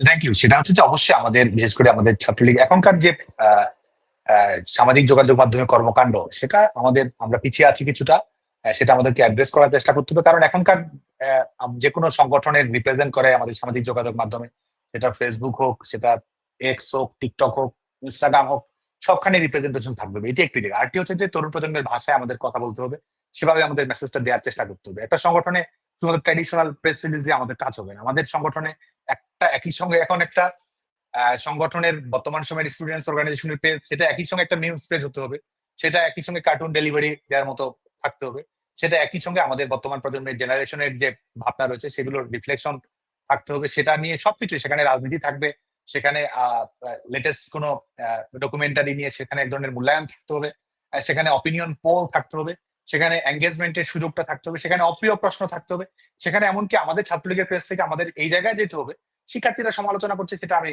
সেটা ধারণ করে সেখানে এক ধরনের আন্ডারস্ট্যান্ডিং তৈরি করতে হবে। সেখানে একেবারে রিয়েল টাইম সেখানে যেন মূল্যায়নের সুযোগ থাকে। সেখানে যে কোনো সমস্যা, আজকে তদন্ত কমিটি গঠন করব, নোটিশ দেবো, এই অপেক্ষায় তো থাকার কিছু নেই। আমাদের তো ইনবক্সেই অনেক কিছু হয়ে যেতে পারে, আমাদের কমেন্ট বক্সেই তো অনেক কিছু হয়ে যাওয়ার সুযোগ আছে, আমাদের রিলস এর মাধ্যমেই তো এই 2-3 পেজের লিখিত বক্তব্যের চেয়ে 30 সেকেন্ডের রিলস তো অনেক বেশি আরো বেশি ইফেক্টিভ হতে পারে, আরো বেশি ভাইব ক্রিয়েট করতে পারে আমাদের জায়গায়। তো এখানে আসলে আমাদেরকে আমি নিজেকে গড়ি ভেঙে চুরে শতবার, এভাবে আসলে আমাদেরকে সময়টাকে তো যে কারণে আমাদেরকে ভেঙে চুরে নতুন করে গড়ে তুলতে হবে। এবং আমরা ছাত্রলীগ যেটা আমরা করার চেষ্টা করছি, আমরা পিছিয়ে আছি, কিন্তু এখানে জ্যানজিদের ইনক্লুশন সেটা আমাদের আরো বেশি করতে হবে। আমি যে কারণে চাই যে জ্যানজিরা ছাত্রলীগের নেতৃত্বে চলে আসুক, তারা নেতৃত্ব দিক, একটা ব্রিজ তৈরি করুক, এবং তারা আসলে কারণ এই সংগঠনটা এমন একটি সংগঠন যেটা সবকিছু আপনার জন্য প্রস্তুত আছে। এই সংগঠনটা দিয়ে বিশ্বজয় করা যায়, এই সংগঠনটা দিয়ে আমাদের গণতান্ত্রিক সংগ্রামকে নেতৃত্ব দেওয়া যায়, এই সংগঠনের মাধ্যমে তরুণ প্রজন্মকে এম্পাওয়ার্ড করা যায়, এই সংগঠনটার মাধ্যমে তরুণ প্রজন্মকে চ্যাম্পিয়ন করা যায়, এই সংগঠনটা করার মাধ্যমে স্ট্রাগল হবে, কিংবা আপনার এই সংগঠনটা করার মাধ্যমে আপনার লিডারশিপ স্কিলটি আরো ডেভেলপ করবে, আপনার স্কিলটি আরো ডেভেলপ করবে। আপনি মানুষ কি চায়? জীবনে তো মেমোরি চায়, স্মৃতি চায়। ক্যাম্পাস জীবনে সবচেয়ে সুন্দর স্মৃতি, আমাদের সুন্দর স্মৃতি উপহার দেবে, আমাদের সেলিব্রেশনের কারণ হবে সংগঠন। তো সেই জায়গায় আমাদের সোশ্যাল মিডিয়া পেজ, আমাদের লাইফ স্টাইল হোক, সেটা তো হতে হবে। যে কারণে আমাদের এই জ্যানজিরাই সংগঠনকে নেতৃত্ব দিতে হবে, এবং তারা আসবে, আমি বিশ্বাস করি যে তারাই আসবে, এবং আমরাও চেষ্টা করব আমরা এই ব্রিজটা যেন তৈরি করা যায়, এই রিদমটা যেন সেট করে দেওয়া যায়। এই প্রজন্মের যে টোন রয়েছে, প্রজন্মের যে ভাষা রয়েছে, গান রয়েছে, সেটা যেন আমাদের পেজ কেন, শুধু আমাদের লাইফ স্টাইল, আমাদের কর্মকাণ্ডের ধরন, আমাদের চ্যালেঞ্জ নেওয়ার স্টাইল, এবং যখন গোটা পৃথিবী বলবে হবে না, তখন জ্যানজি বলবে হবে। যখন গোটা পৃথিবী বলবে যে ফ্যাসিস্ট দখলদার শক্তি ইচ্ছে মতো যা ইচ্ছে তা করবে, বিনা চ্যালেঞ্জে করবে না, তখন জ্যানজি বলবে যে হবে। আমাদের কারাগারে নিয়ে যাও, আমাদেরকে গ্রেপ্তার করো, আমাদের উপর মব সন্ত্রাস করো, আমাদের উপর মোরাল পুলিশিং করো, যতই যাই করো না, করার চেষ্টা করো না, আমরা ঘুরে দাঁড়াবো, আমরা রিক্লেইম করব, আমরা রিগেইন করব, এবং আমরা আমাদের ডেমোক্রেটিক রাইটস বাংলাদেশে আমরা পুনরুদ্ধার করবো। আমি বিশ্বাস করি যে জ্যানজি হাসতে হাসতে কারাগারে যাবে। জ্যানজি এই সমস্ত যখন ক্ষমতার বাহাদুরি দেখাবে, ছড়ি দেখাবে, ব্যাংক ব্যালেন্স দেখাবে, বিত্ত বিভব বিলাস দেখাবে, মার্সিডিজ গাড়ি দেখাবে, তখন তরুণ প্রজন্ম হেঁটে গিয়ে লড়ে গিয়ে আমাদের স্বপ্নের নিরাপত্তা নিশ্চিত করবে। জ্যানজি নিজের সেভ এক্সিট কিংবা ভবিষ্যতের বুনিয়াদ দেশে বিদেশে গাড়ি বাড়ি এসব না, বরং জ্যানজি আমাদের কৃষক, আমাদের শ্রমিক, আমাদের মেহনতি মানুষ, আমাদের আশ্রয়ণ প্রকল্পের আওতায় থাকা মানুষ, 1 কোটি মানুষ যারা ছিল সামাজিক সুরক্ষা খাতের আওতায়, যাদেরকে আজকে ইরেলিভেন্ট করে দেওয়া হচ্ছে। আজকে যখন রাষ্ট্র কোনো দায়িত্ব গ্রহণ করছে না, তখন জ্যানজি সেখানে রিক্লেম করবে যে আমার বাবার অধিকার দিতে হবে, মায়ের অধিকার দিতে হবে, আমার রিক্সা চালক ভাইয়ের অধিকার দিতে হবে, আমার জনগণের ট্যাক্সের টাকায় আমরা লেখাপড়া করছি, সেই জনগণের প্রতি দায়িত্ব দিতে হবে, এবং আমাদের ওনারশিপ দিতে হবে। একটা রাষ্ট্র চালাবে, কোনো ধরনের মালিকানা নেই, তারা আজকে রাষ্ট্র প্রতিষ্ঠা করবে, কোনো ভোট নেই, কোনো ধরনের ইনক্লুসিভিটি নেই, নির্বাচনের কথা বলবে, নির্বাচনের কোনো সুযোগ দেবে না। উইন্ডোটা ওপেন রাখবে না, লেভেল প্লেইং ফিল্ড তৈরি করবে না, আবার বড় বড় তারা বিভিন্ন বিষয়ে লেকচার দিবে। জেনজি বলবে যে এই ধরনের ভাওতাবাজি লেকচার বন্ধ করো, এ ধরনের স্ক্যাম বন্ধ করো। এবং আমি বিশ্বাস করি যে জেনজি সামাজিক যোগাযোগের মাধ্যমে, পেজের মাধ্যমে হোক, স্ট্রাগলের মাধ্যমে হোক, ভাষার মাধ্যমে হোক, স্পিরিটের মাধ্যমে হোক, জেনজি সেটা করবে। আমাদের ফেসবুক পেজ হোক, আমরা সেটা রিফ্লেক্ট করার চেষ্টা করব। সাদ্দাম, আমরা একটা কমেন্ট দেখলাম, একজনের প্রশ্ন আছে ঢাকা মহানগর উত্তরের সাকিবের কাছে, যে তৃণমূলের সাথে নেতাকর্মীদের এত ডিস্টেন্সটা কেন, এটার কারণটা কি? সাকিব, আমি একটু সংক্ষেপে জানতে চাচ্ছি। সাদ্দাম, আপনিও অ্যান্সারটা দিতে পারেন, দুজনে মিলেমিশে যদি অ্যান্সারটা দেন এটা খুব ভালো হয়। তাহলে আসলে আমি শুরু করবো না সাদ্দাম ভাই শুরু করবে? আপনি করেন। ধন্যবাদ ভাই। সত্য কথা বলতে এই বিষয়ে এই প্রশ্নের উত্তর দিতে গেলে কিছু অপ্রিয় কথা আমি সাদ্দাম ভাইয়ের সামনে উপস্থাপন করতে চাই, যেহেতু উনি আমাদের বর্তমান ছাত্রলীগের অভিভাবক বলা যায়। আমরা স্কুল কলেজ পর্যায়ে উচ্চ মাধ্যমিক মাধ্যমিক পর্যায়ে যখন 17 সালে ছাত্রলীগ থেকে উদ্যোগ নেওয়া হয়েছিল যে মানে ছাত্রলীগের কার্যক্রম বৃদ্ধি করা হবে, আমরা সেই সময় কাজ করতে গেছি যখন, সেই সময় আমরা স্থানীয় পর্যায়ে আওয়ামী লীগের নেতাদের বাধার শিকার হয়েছি। তারা বিভিন্ন স্কুল কলেজের গভর্নিং বডিতে মানে জড়িত ছিল। এর বাইরে স্থানীয় ছেলে যারা ছাত্র রাজনীতির সাথে জড়িত হয়, ছাত্রলীগের রাজনীতির সাথে জড়িত হয়, তাদের যদি যোগ্যতা, দক্ষতা, পরিশ্রমের ক্যাপাসিটি বেশি থাকে, সেক্ষেত্রে তারা প্রতিহিংসা গ্রুপিং এর শিকার হয়। তাদেরকে নেতৃত্ব আসতে দেওয়া হয়নি। নানানভাবে অপপ্রচার তাদের ব্যাপারে, গ্রুপিং এর মানে সর্বোচ্চটা গ্রুপিং এর শিকার হয়েছে তারা। এর বাইরে যারা নেতৃত্ব পর্যায়ে এসেছে সে মানে যোগ্য হলেও অনেক সময় আমরা বলা যায় যে মানে সার্বজনীন হতে পারিনি। আমাদের যারা নেতৃত্বে এসেছে স্থানীয় পর্যায়ে, ওয়ার্ড বা থানা পর্যায়ে, তারা মানে নির্দিষ্ট মানে নিজেদের মাইমেনের বাইরে গিয়ে তারা মানে সার্বজনীন পর্যায়ে সকল গ্রুপকে নিয়ে সম্মিলিতভাবে রাজনীতিটা করতে পারেনি। মানে কিভাবে বলবো যে মাইমেন কেন্দ্রিকের বাইরে গিয়ে যদি আমরা সার্বজনীনভাবে রাজনীতিটা করতে পারতাম, সেক্ষেত্রে আমাদের ছাত্রলীগের বিস্তৃতিটা অনেক মানে সুন্দর হতো এবং অনেক অপপ্রচার, ষড়যন্ত্র স্বভাব শুধু ছাত্রলীগই মানে কি বলবো সেটাকে মানে মুখোমুখি ভাবে জবাব দিতে পারতো। Thank you. এটা তো একটা হচ্ছে যে আমি কিছুদিন আগেই আমাদের কোক স্টুডিও বাংলায় গান এসেছে লং ডিস্টেন্স লাভ। আমাদের কর্মীদের সঙ্গে, তৃণমূলের কর্মীদের সঙ্গে দূরত্ব কিংবা মানে এক ধরনের এটা রিলেশনশিপ অ্যাডভাইস হয়ে যায় কিনা জানি না, কিন্তু আমরা অবশ্যই আমাদের তৃণমূলের কর্মী অ্যাক্টিভিস্ট যারা রয়েছে তারাই তো সংগঠনের প্রাণ, তারাই তো সংগঠনের হৃদয়, তারাই সংগঠনের সবকিছু। যে কারণে আমাদের নেতৃত্বে যারা রয়েছে তাদের সঙ্গে আমাদের এই সিচুয়েশনশিপ টাইপের কোনো বিষয় না, যেখানে আমাদের সম্পর্কটা পার্মানেন্ট হতে হবে। এবং এটা যে দূরত্বের যে বিষয়টা আছে কিংবা নেতৃত্ব বিকেন্দ্রীকরণটা, আমাদের ডিসেন্ট্রালাইজেশন যেটা প্রয়োজন সেটা হচ্ছে কিনা, কিংবা আপনি যেটা বললেন যে মূল্যায়ন অবমূল্যায়ন যেটা আছে, কারণ সংগঠনে তো আমাদের সেই জায়গাটা একটা হচ্ছে যে সংগঠনের সার্বিক স্ট্রাকচারটা রাইট রাখতে হবে, আরেকটা হচ্ছে যে সংগঠনে তো ভালো কাজের মূল্যায়ন থাকতে হবে এবং পারফর্ম করছে, সময় দিচ্ছে, শ্রম দিচ্ছে, ত্যাগ করছে, তার রেজাল্ট, তার আউটপুটটা তো সেরকম রাখতে হবে। তো আমি বিশ্বাস করি যে তৃণমূলে আমাদের বিশেষ করে আমাদের তৃণমূল যারা রয়েছে, তৃণমূলে যারা আমাদের বিভিন্ন পর্যায়ে, সেটা গ্রামে গঞ্জে, মফস্বলে, কলেজে, বিশ্ববিদ্যালয়ে, বিভিন্ন পর্যায়ে আমাদের সংগঠনটাতে তো এই কেন্দ্রিকতা তো রয়েছে, এটা ঠিক, কেন্দ্রিকতাটা রয়েছে।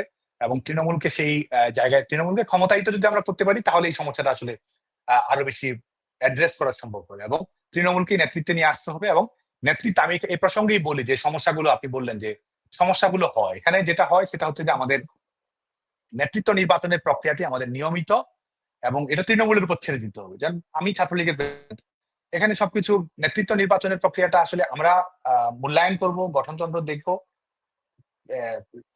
নেতৃত্ব নির্বাচনের প্রক্রিয়াটা সঠিক হচ্ছে কিনা সেটা নিয়ে মূল্যায়নের জায়গাটা আমরা থাকবো, আমরা গেট কিপারের ভূমিকা থাকবো। তো এখানে কিন্তু যেমন একটি সাংগঠনিক ইউনিট, একটা উপজেলা, একটা কলেজ, একটা বিশ্ববিদ্যালয়, একটা জেলা, নেতৃত্ব নির্বাচন কিন্তু সেখানে সংগঠনটি যারা করবে তাদের কাছে আমাদের ছেড়ে দিতে হবে, যেটা আমরা করতে পারি না, বরং আমরা উপর থেকে চাপিয়ে দিই। উপর থেকে চাপিয়ে দেওয়া রাজনীতির কারণে এটা হয়। তো এটা তো আমরা রাতারাতি পরিবর্তনে হয়তো যেতে পারবো না, সেটা হয়তো, কিন্তু আমাদের সেই চেষ্টাটা করতে হবে এবং যখন আমরা সেটা করতে পারবো, সেই সংগঠনের কর্মীদের উপর ছেড়ে দিতে হবে। নেতৃত্ব নির্বাচন উপজেলা নেতৃত্ব, উপজেলায় যারা ইউনিয়নের নেতৃত্ব আছে, ওয়ার্ডের নেতৃত্ব তারা ঠিক করবে।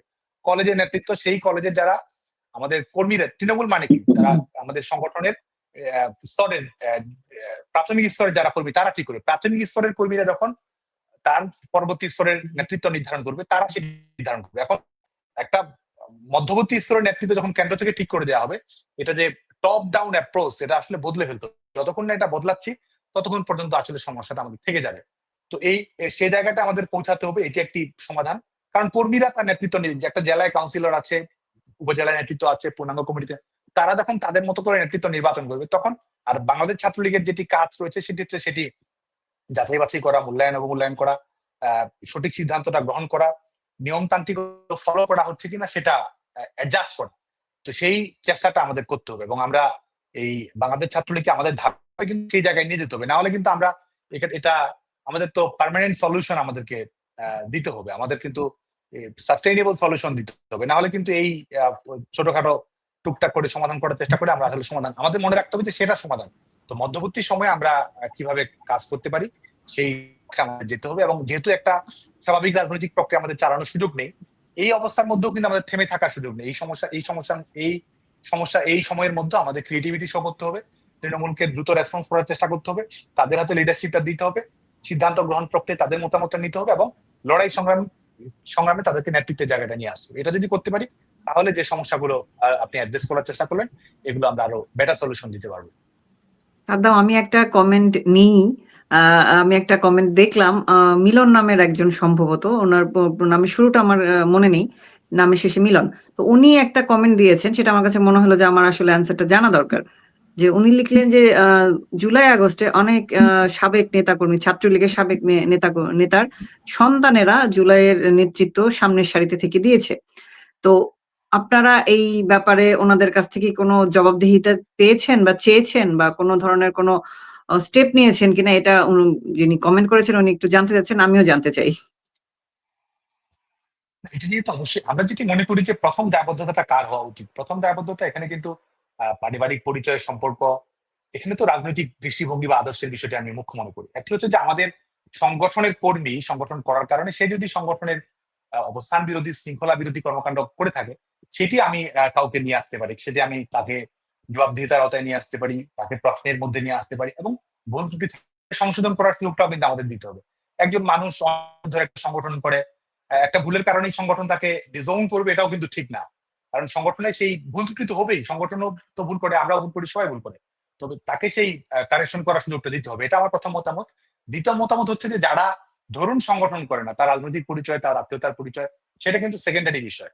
সংগঠন যিনি করে না, সংগঠনের সদস্য যিনি না, সে কিন্তু আমার মতো আচরণ করবে, আমার মতো পলিটিক্যাল ডিসিশন নিবে, সেটাও কিন্তু আশা করা ঠিক না। বিশেষ করে আমি এটা হয়তো অপ্রিয় মতামত, কিন্তু আমি বিশেষ করে আজকের এই অনুষ্ঠানের মাধ্যমে সবার আহ্বান জানাবো যে আমাদের অবশ্যই সংগঠনে এই রেসপন্সিবিলিটি থাকতে হবে, সংগঠনের সিদ্ধান্তটা সঠিকভাবে বাস্তবায়ন করার ক্ষেত্রে দৃষ্টান্ত থাকতে হবে, চেষ্টাটা থাকতে হবে, কমিটেড থাকতে হবে সংগঠন, সেটা ঠিক আছে।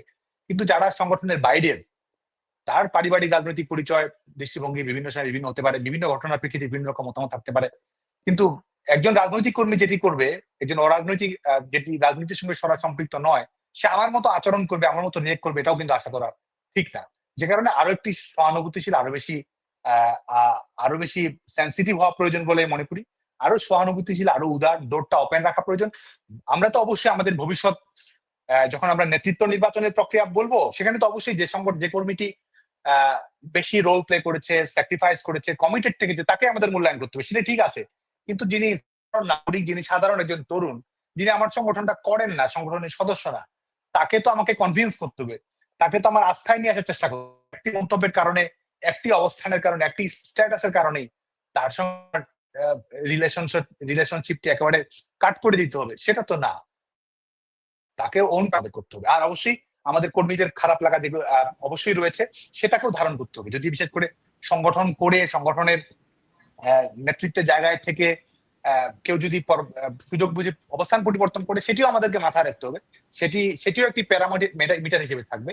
কিন্তু যারা সাধারণভাবে বিভিন্ন সময় বিভিন্ন অবস্থান গ্রহণ করেছে, তাদের সঙ্গে একটা বরং একটা ঐক্যবদ্ধ জায়গা একটা কমন গ্রাউন্ড আমাদেরকে যেটা চেষ্টা করতে হবে এই পরিস্থিতির মধ্যে। আমি আহ্বান জানাবো, স্ট্র্যাটেজিক ভাবে বলুন কিংবা রিজনেবল সেন্স থেকে বলুন, আমাদেরকে ডোরটা ওপেন রাখতে হবে।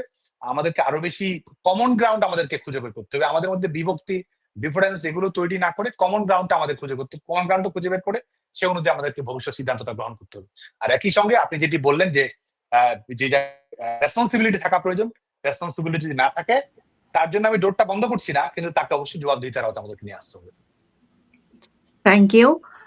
আমাদের কো হোস্ট নিলয় উনি সম্ভবত কিছু বলতে যাচ্ছেন, আমি একটু ওনাকে একটু আমি জায়গা করে চাচ্ছিলাম না দিচ্ছি। ইন্টারাপ্ট করার জন্য, সাদ্দাম ভাই এত সুন্দর করে উত্তর দিচ্ছেন আর প্রশ্নগুলো এত সুন্দর সুন্দর প্রশ্ন আসতেছে।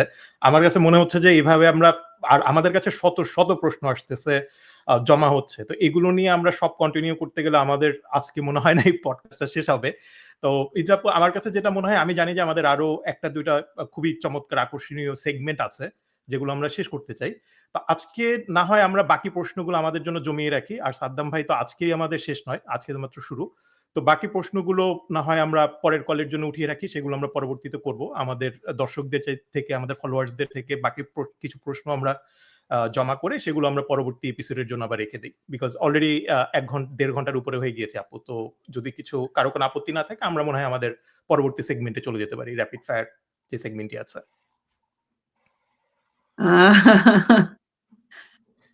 আমার অ্যাজ এ হোস্ট এটা প্রথম কথা বলা হচ্ছে। তো আমি আসলে এখন সাদ্দামকে আমি আসলে কি জিজ্ঞেস করবো আপনাকে বলেন তো? সবাইকে মিলে জিজ্ঞেস করবো নাকি এটা আড্ডা টাইপ হয়ে যাবে? আমি এটা নিয়ে আসলে একটু কনফিউজড। কারণ আমরা এত লং টাইম কথা বলতেছি, মনে হইতেছে যেন আমরা এটা একটা খুব ক্যাজুয়াল একটা আড্ডার মতো হয়ে যাচ্ছে, স্ক্রিপ্টেড না হয়ে। আমার সেটা খুব ভাল লাগতেছিল ব্যাপারটা। এখন র‍্যাপিড ফায়ার আসলে কি জিজ্ঞেস করবো সাদ্দাম? আপনাকে বলেন।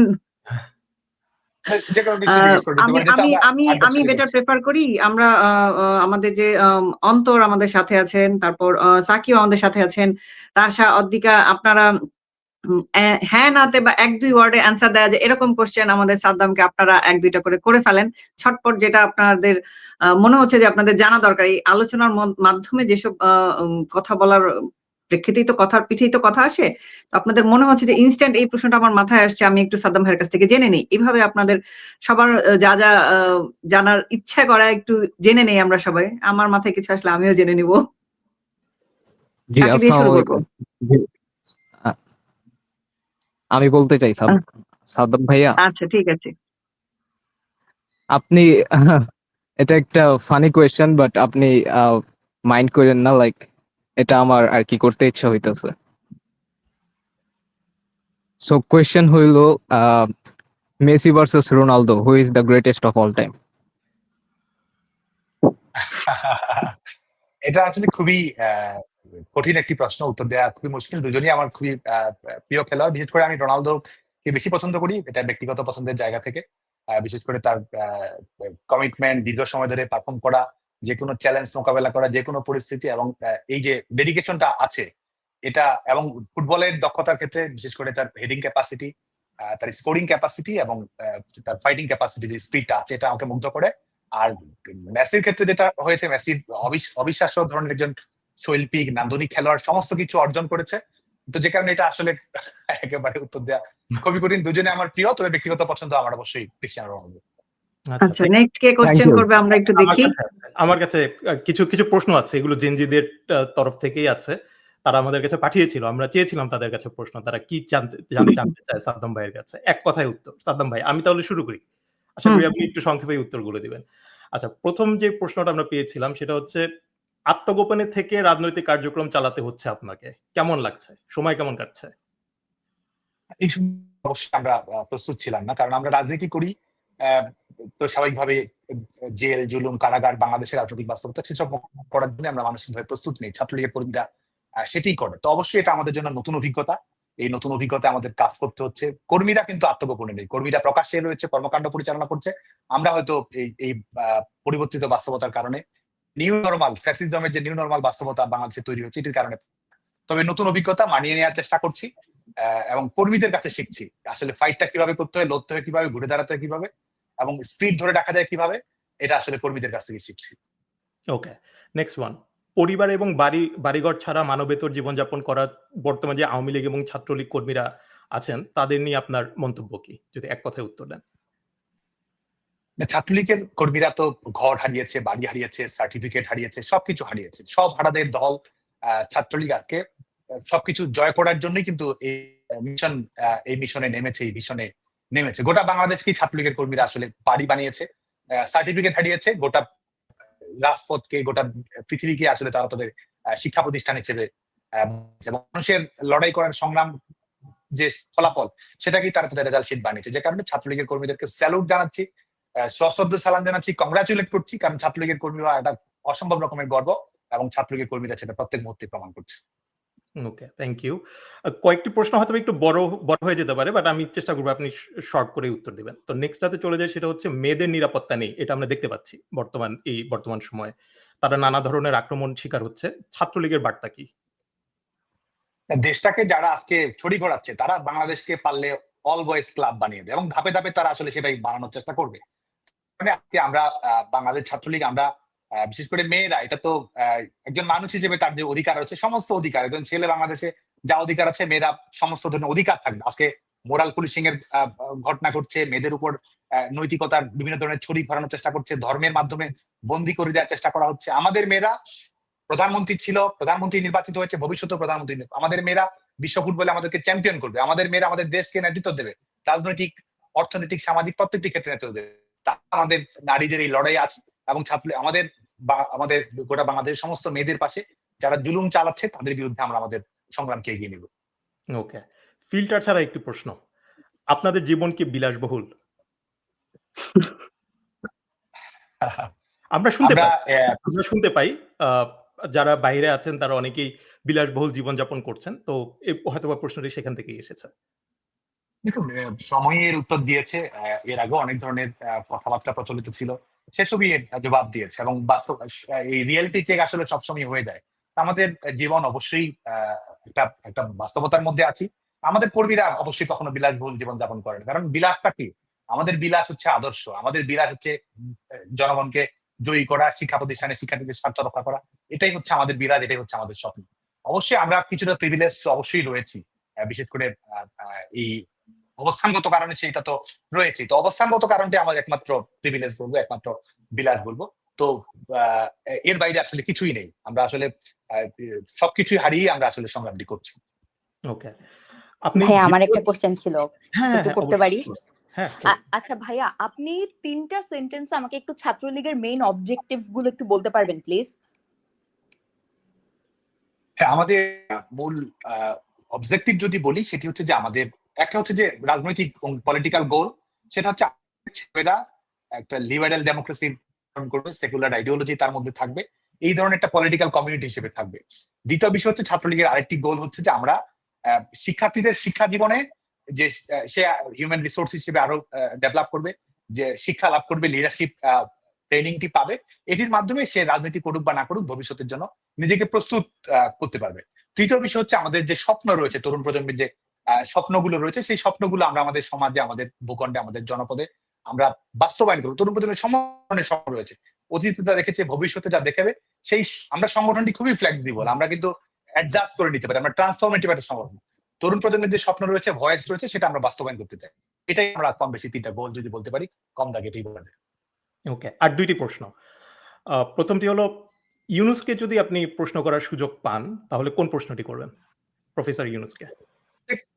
দেখুন, এটি বাংলাদেশের জনগণই কিন্তু প্রশ্ন ছুড়ে দিয়েছে, যে কারণে কিন্তু সেই রাজপথেই বাংলাদেশের জনগণ সেই প্রশ্নটি করে দিয়েছে এবং এই প্রশ্নের মাধ্যমে আমরা আসলে উত্তরটা আসলে খুঁজছি।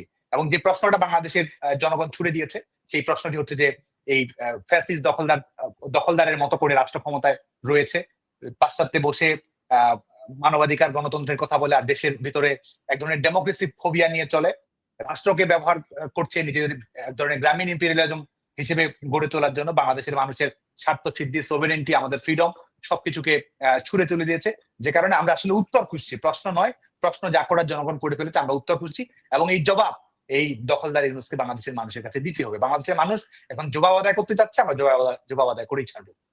ওকে, লাস্ট ওয়ান। ঢাকা বিশ্ববিদ্যালয়ের 104 বছরের ইতিহাসে সবচেয়ে বেশি ভোট পেয়ে আপনি নির্বাচিত হয়েছিলেন? রহস্য কি ছিল? না, এটি আসলে সত্যিকার অর্থে কোনো রহস্য নেই।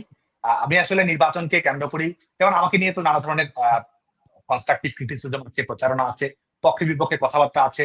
ছাত্র সংসদ নির্বাচনের পদে এটার সঙ্গে আমার রাজনৈতিক ডিসিশনের সম্পর্ক আছে কিনা সেটা না আছে, কিন্তু আমি যেটি মনে করি আমার কাজ হচ্ছে সংগঠনকে প্রস্তুত রাখা, সংগঠনকে রেডি করা, ছাত্র সমাজের স্বপ্নগুলো বাস্তবায়ন করা এবং ছাত্রলীগকে এই গণতান্ত্রিক সংগ্রামে একীভূত করা।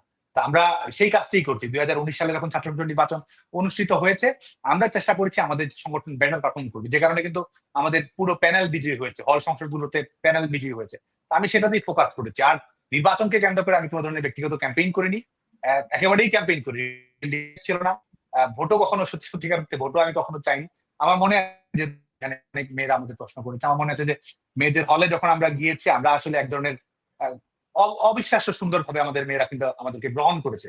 আমরা যখন প্রজেকশন মিটিং গুলো করেছি, দুই পাশ থেকে মেয়েদের হলের বারান্দাগুলো থেকে আমাদেরকে চিৎকার করে সমর্থন দিয়েছে। এবং আমার মনে আছে যে আমরা বলেছিলাম যে আমরা আমার 25 জনের মধ্যে আমরা 7 জন মেয়েকে মনোনয়ন দিয়েছিলাম, 7 জনই আমাদের বিজয়ী হয়েছিল। আমরা বলেছিলাম, আমার মনে আছে যে আমরা প্রজেকশন মিটিং এ বলেছিলাম যে এবার হয়তো আমরা মেয়েদের হলগুলোতে এসেছি, আমরা 7 জন মেয়েকে আপনাদের সামনে বলছি যে 7 জন মেয়েকে আমরা মনোনয়ন দিয়েছি, আপনারা ছাত্রলীগের প্যানেলকে ভোট দিন।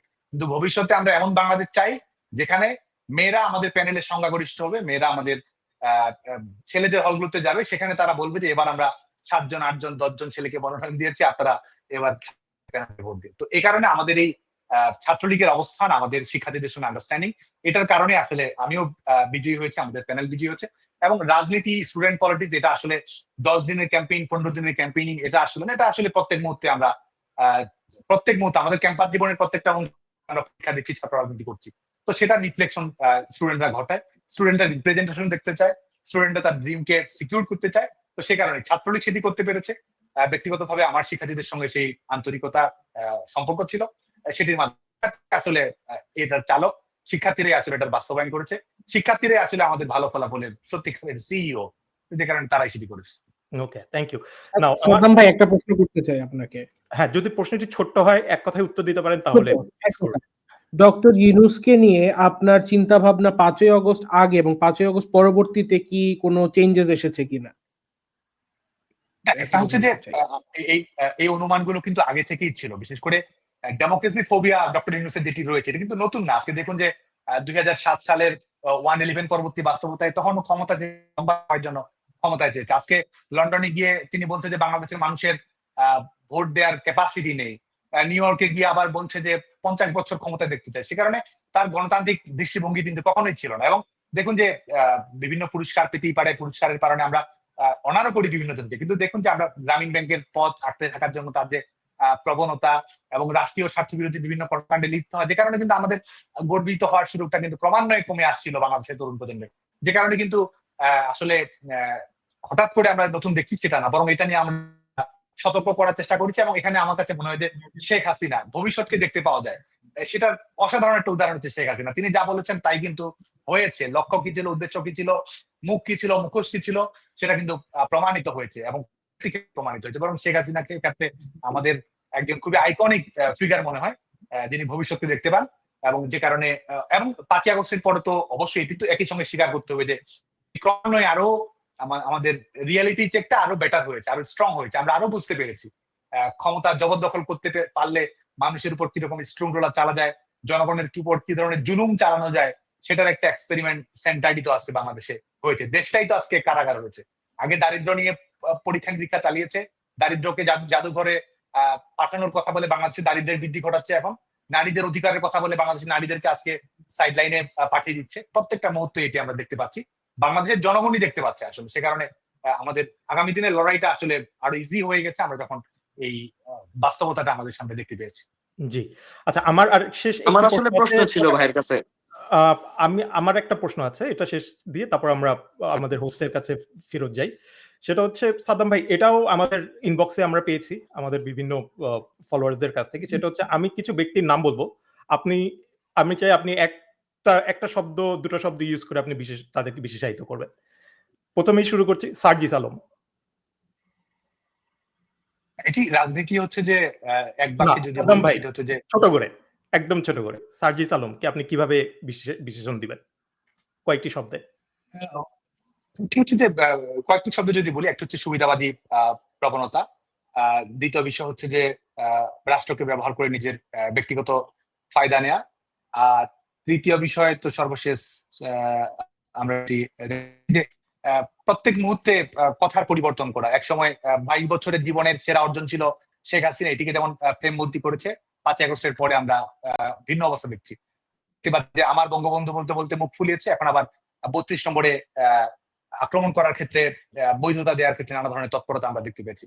আমরা দেখতে পেয়েছি যে এই ইলেকশনকে কেন্দ্র করে যদি আমরা দেখি যে আমরা দেখতে পেয়েছি যে উপদেষ্টা পরিষদ গঠন হওয়ার পরে উপদেষ্টা পরিষদের সদস্যরা নির্বাচন করবে না, এটাকে কেন্দ্র করে ফেসবুকে করে দিচ্ছে, অথচ এখন অবস্থান পরিবর্তন হচ্ছে। যে কারণে প্রত্যেক মুহূর্তে যখন যে পাত্রে ডাকা হয় সে পাত্রে ডাকার ধারণ করে। জি, এটি যদি এক বাক্যে বলি। হ্যাঁ, এটাই চেয়েছিলাম। আচ্ছা, পরবর্তীতে আসিফ নজরুল।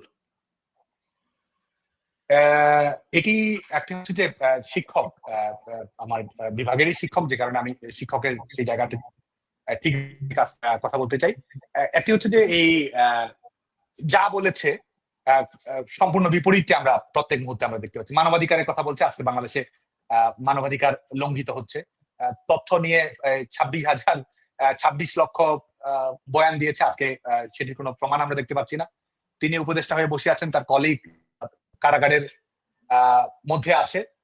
প্রত্যেকটা স্ট্যাটাসই তার জন্য বিপদ হয়ে দাঁড়াচ্ছে। তার মানে ক্ষমতা রাজনীতি আসলে মানুষের অবস্থান পরিবর্তন করে দিচ্ছে। সাদ্দাম, আপনি মনে হয় টিচার দেখে অনেক ফিল্টার করলেন। আচ্ছা, নেক্সট, প্রফেসর ইউনিসের প্রেস সচিব শফিক। এটি হচ্ছে যে এই দখলদারের ফ্যাসিস্টের পক্ষে থাকার জন্য কিংবা নিজেদের ব্যক্তিগত স্বার্থ সিদ্ধির জন্য যখন যা করতে হয় সেটির প্রবণতা সবচেয়ে বড় উদাহরণ হচ্ছে এটি। এবং সমস্ত ধরনের অনৈতিকতার মানদণ্ড যদি বলি, দুর্নীতির মানদণ্ড যদি বলি, বিকৃত রুচির মানদণ্ড যদি বলি, এবং প্রোপাগান্ডার মানদণ্ড যদি বলি, গোয়েবলসের একটা ভার্সন হচ্ছে এই শফিক। সুন্দর। আচ্ছা, সাদিক কাইয়ুম। এটি তো অবশ্যই একটা হচ্ছে যে ছদ্মবেশ, দ্বিতীয় বিষয় হচ্ছে যে প্রতারণা, তৃতীয় বিষয় হচ্ছে যে এক ধরনের উগ্রবাদী রাজনীতির ধারক, আর চতুর্থ বিষয় হচ্ছে যে আরেকটি সংগঠন অনুপ্রবেশ। এই প্রত্যেকটি ক্ষেত্রে আসলে 4টি তথ্যই সঠিক। ওকে, সর্বশেষ 2টি নাম, একটু কঠিন হবে এই দুটি। প্রথমটি হচ্ছে বিএনপির ভারপ্রাপ্ত সভাপতি তারেক রহমান। একটি হচ্ছে যে এই কয়েকটি শব্দে যদি বলি, একটা হচ্ছে যে 10%, আরেকটি হচ্ছে যে সন্ত্রাসবাদী রাজনীতি, দুর্নীতিতে চ্যাম্পিয়ন, আর আরো যদি আসি এখন হচ্ছে যে ভেগ ধরা, নিজেকে ফিল্টার করে দেখানোর চেষ্টা করা, আর আর যদি বলি আমাদের কম্পিটিটিভ ডেমোক্রেসি যেটি ছিল সেটিকে সম্পূর্ণভাবে ধূলিসাৎ করে দেয়া, এবং আমাদের গণতান্ত্রিক রাজনীতির জন্য প্রত্যেকটি ক্ষেত্রে চ্যালেঞ্জ তৈরি করা। Okay, thank you. Last but not the least, professor Mohammad Yunus.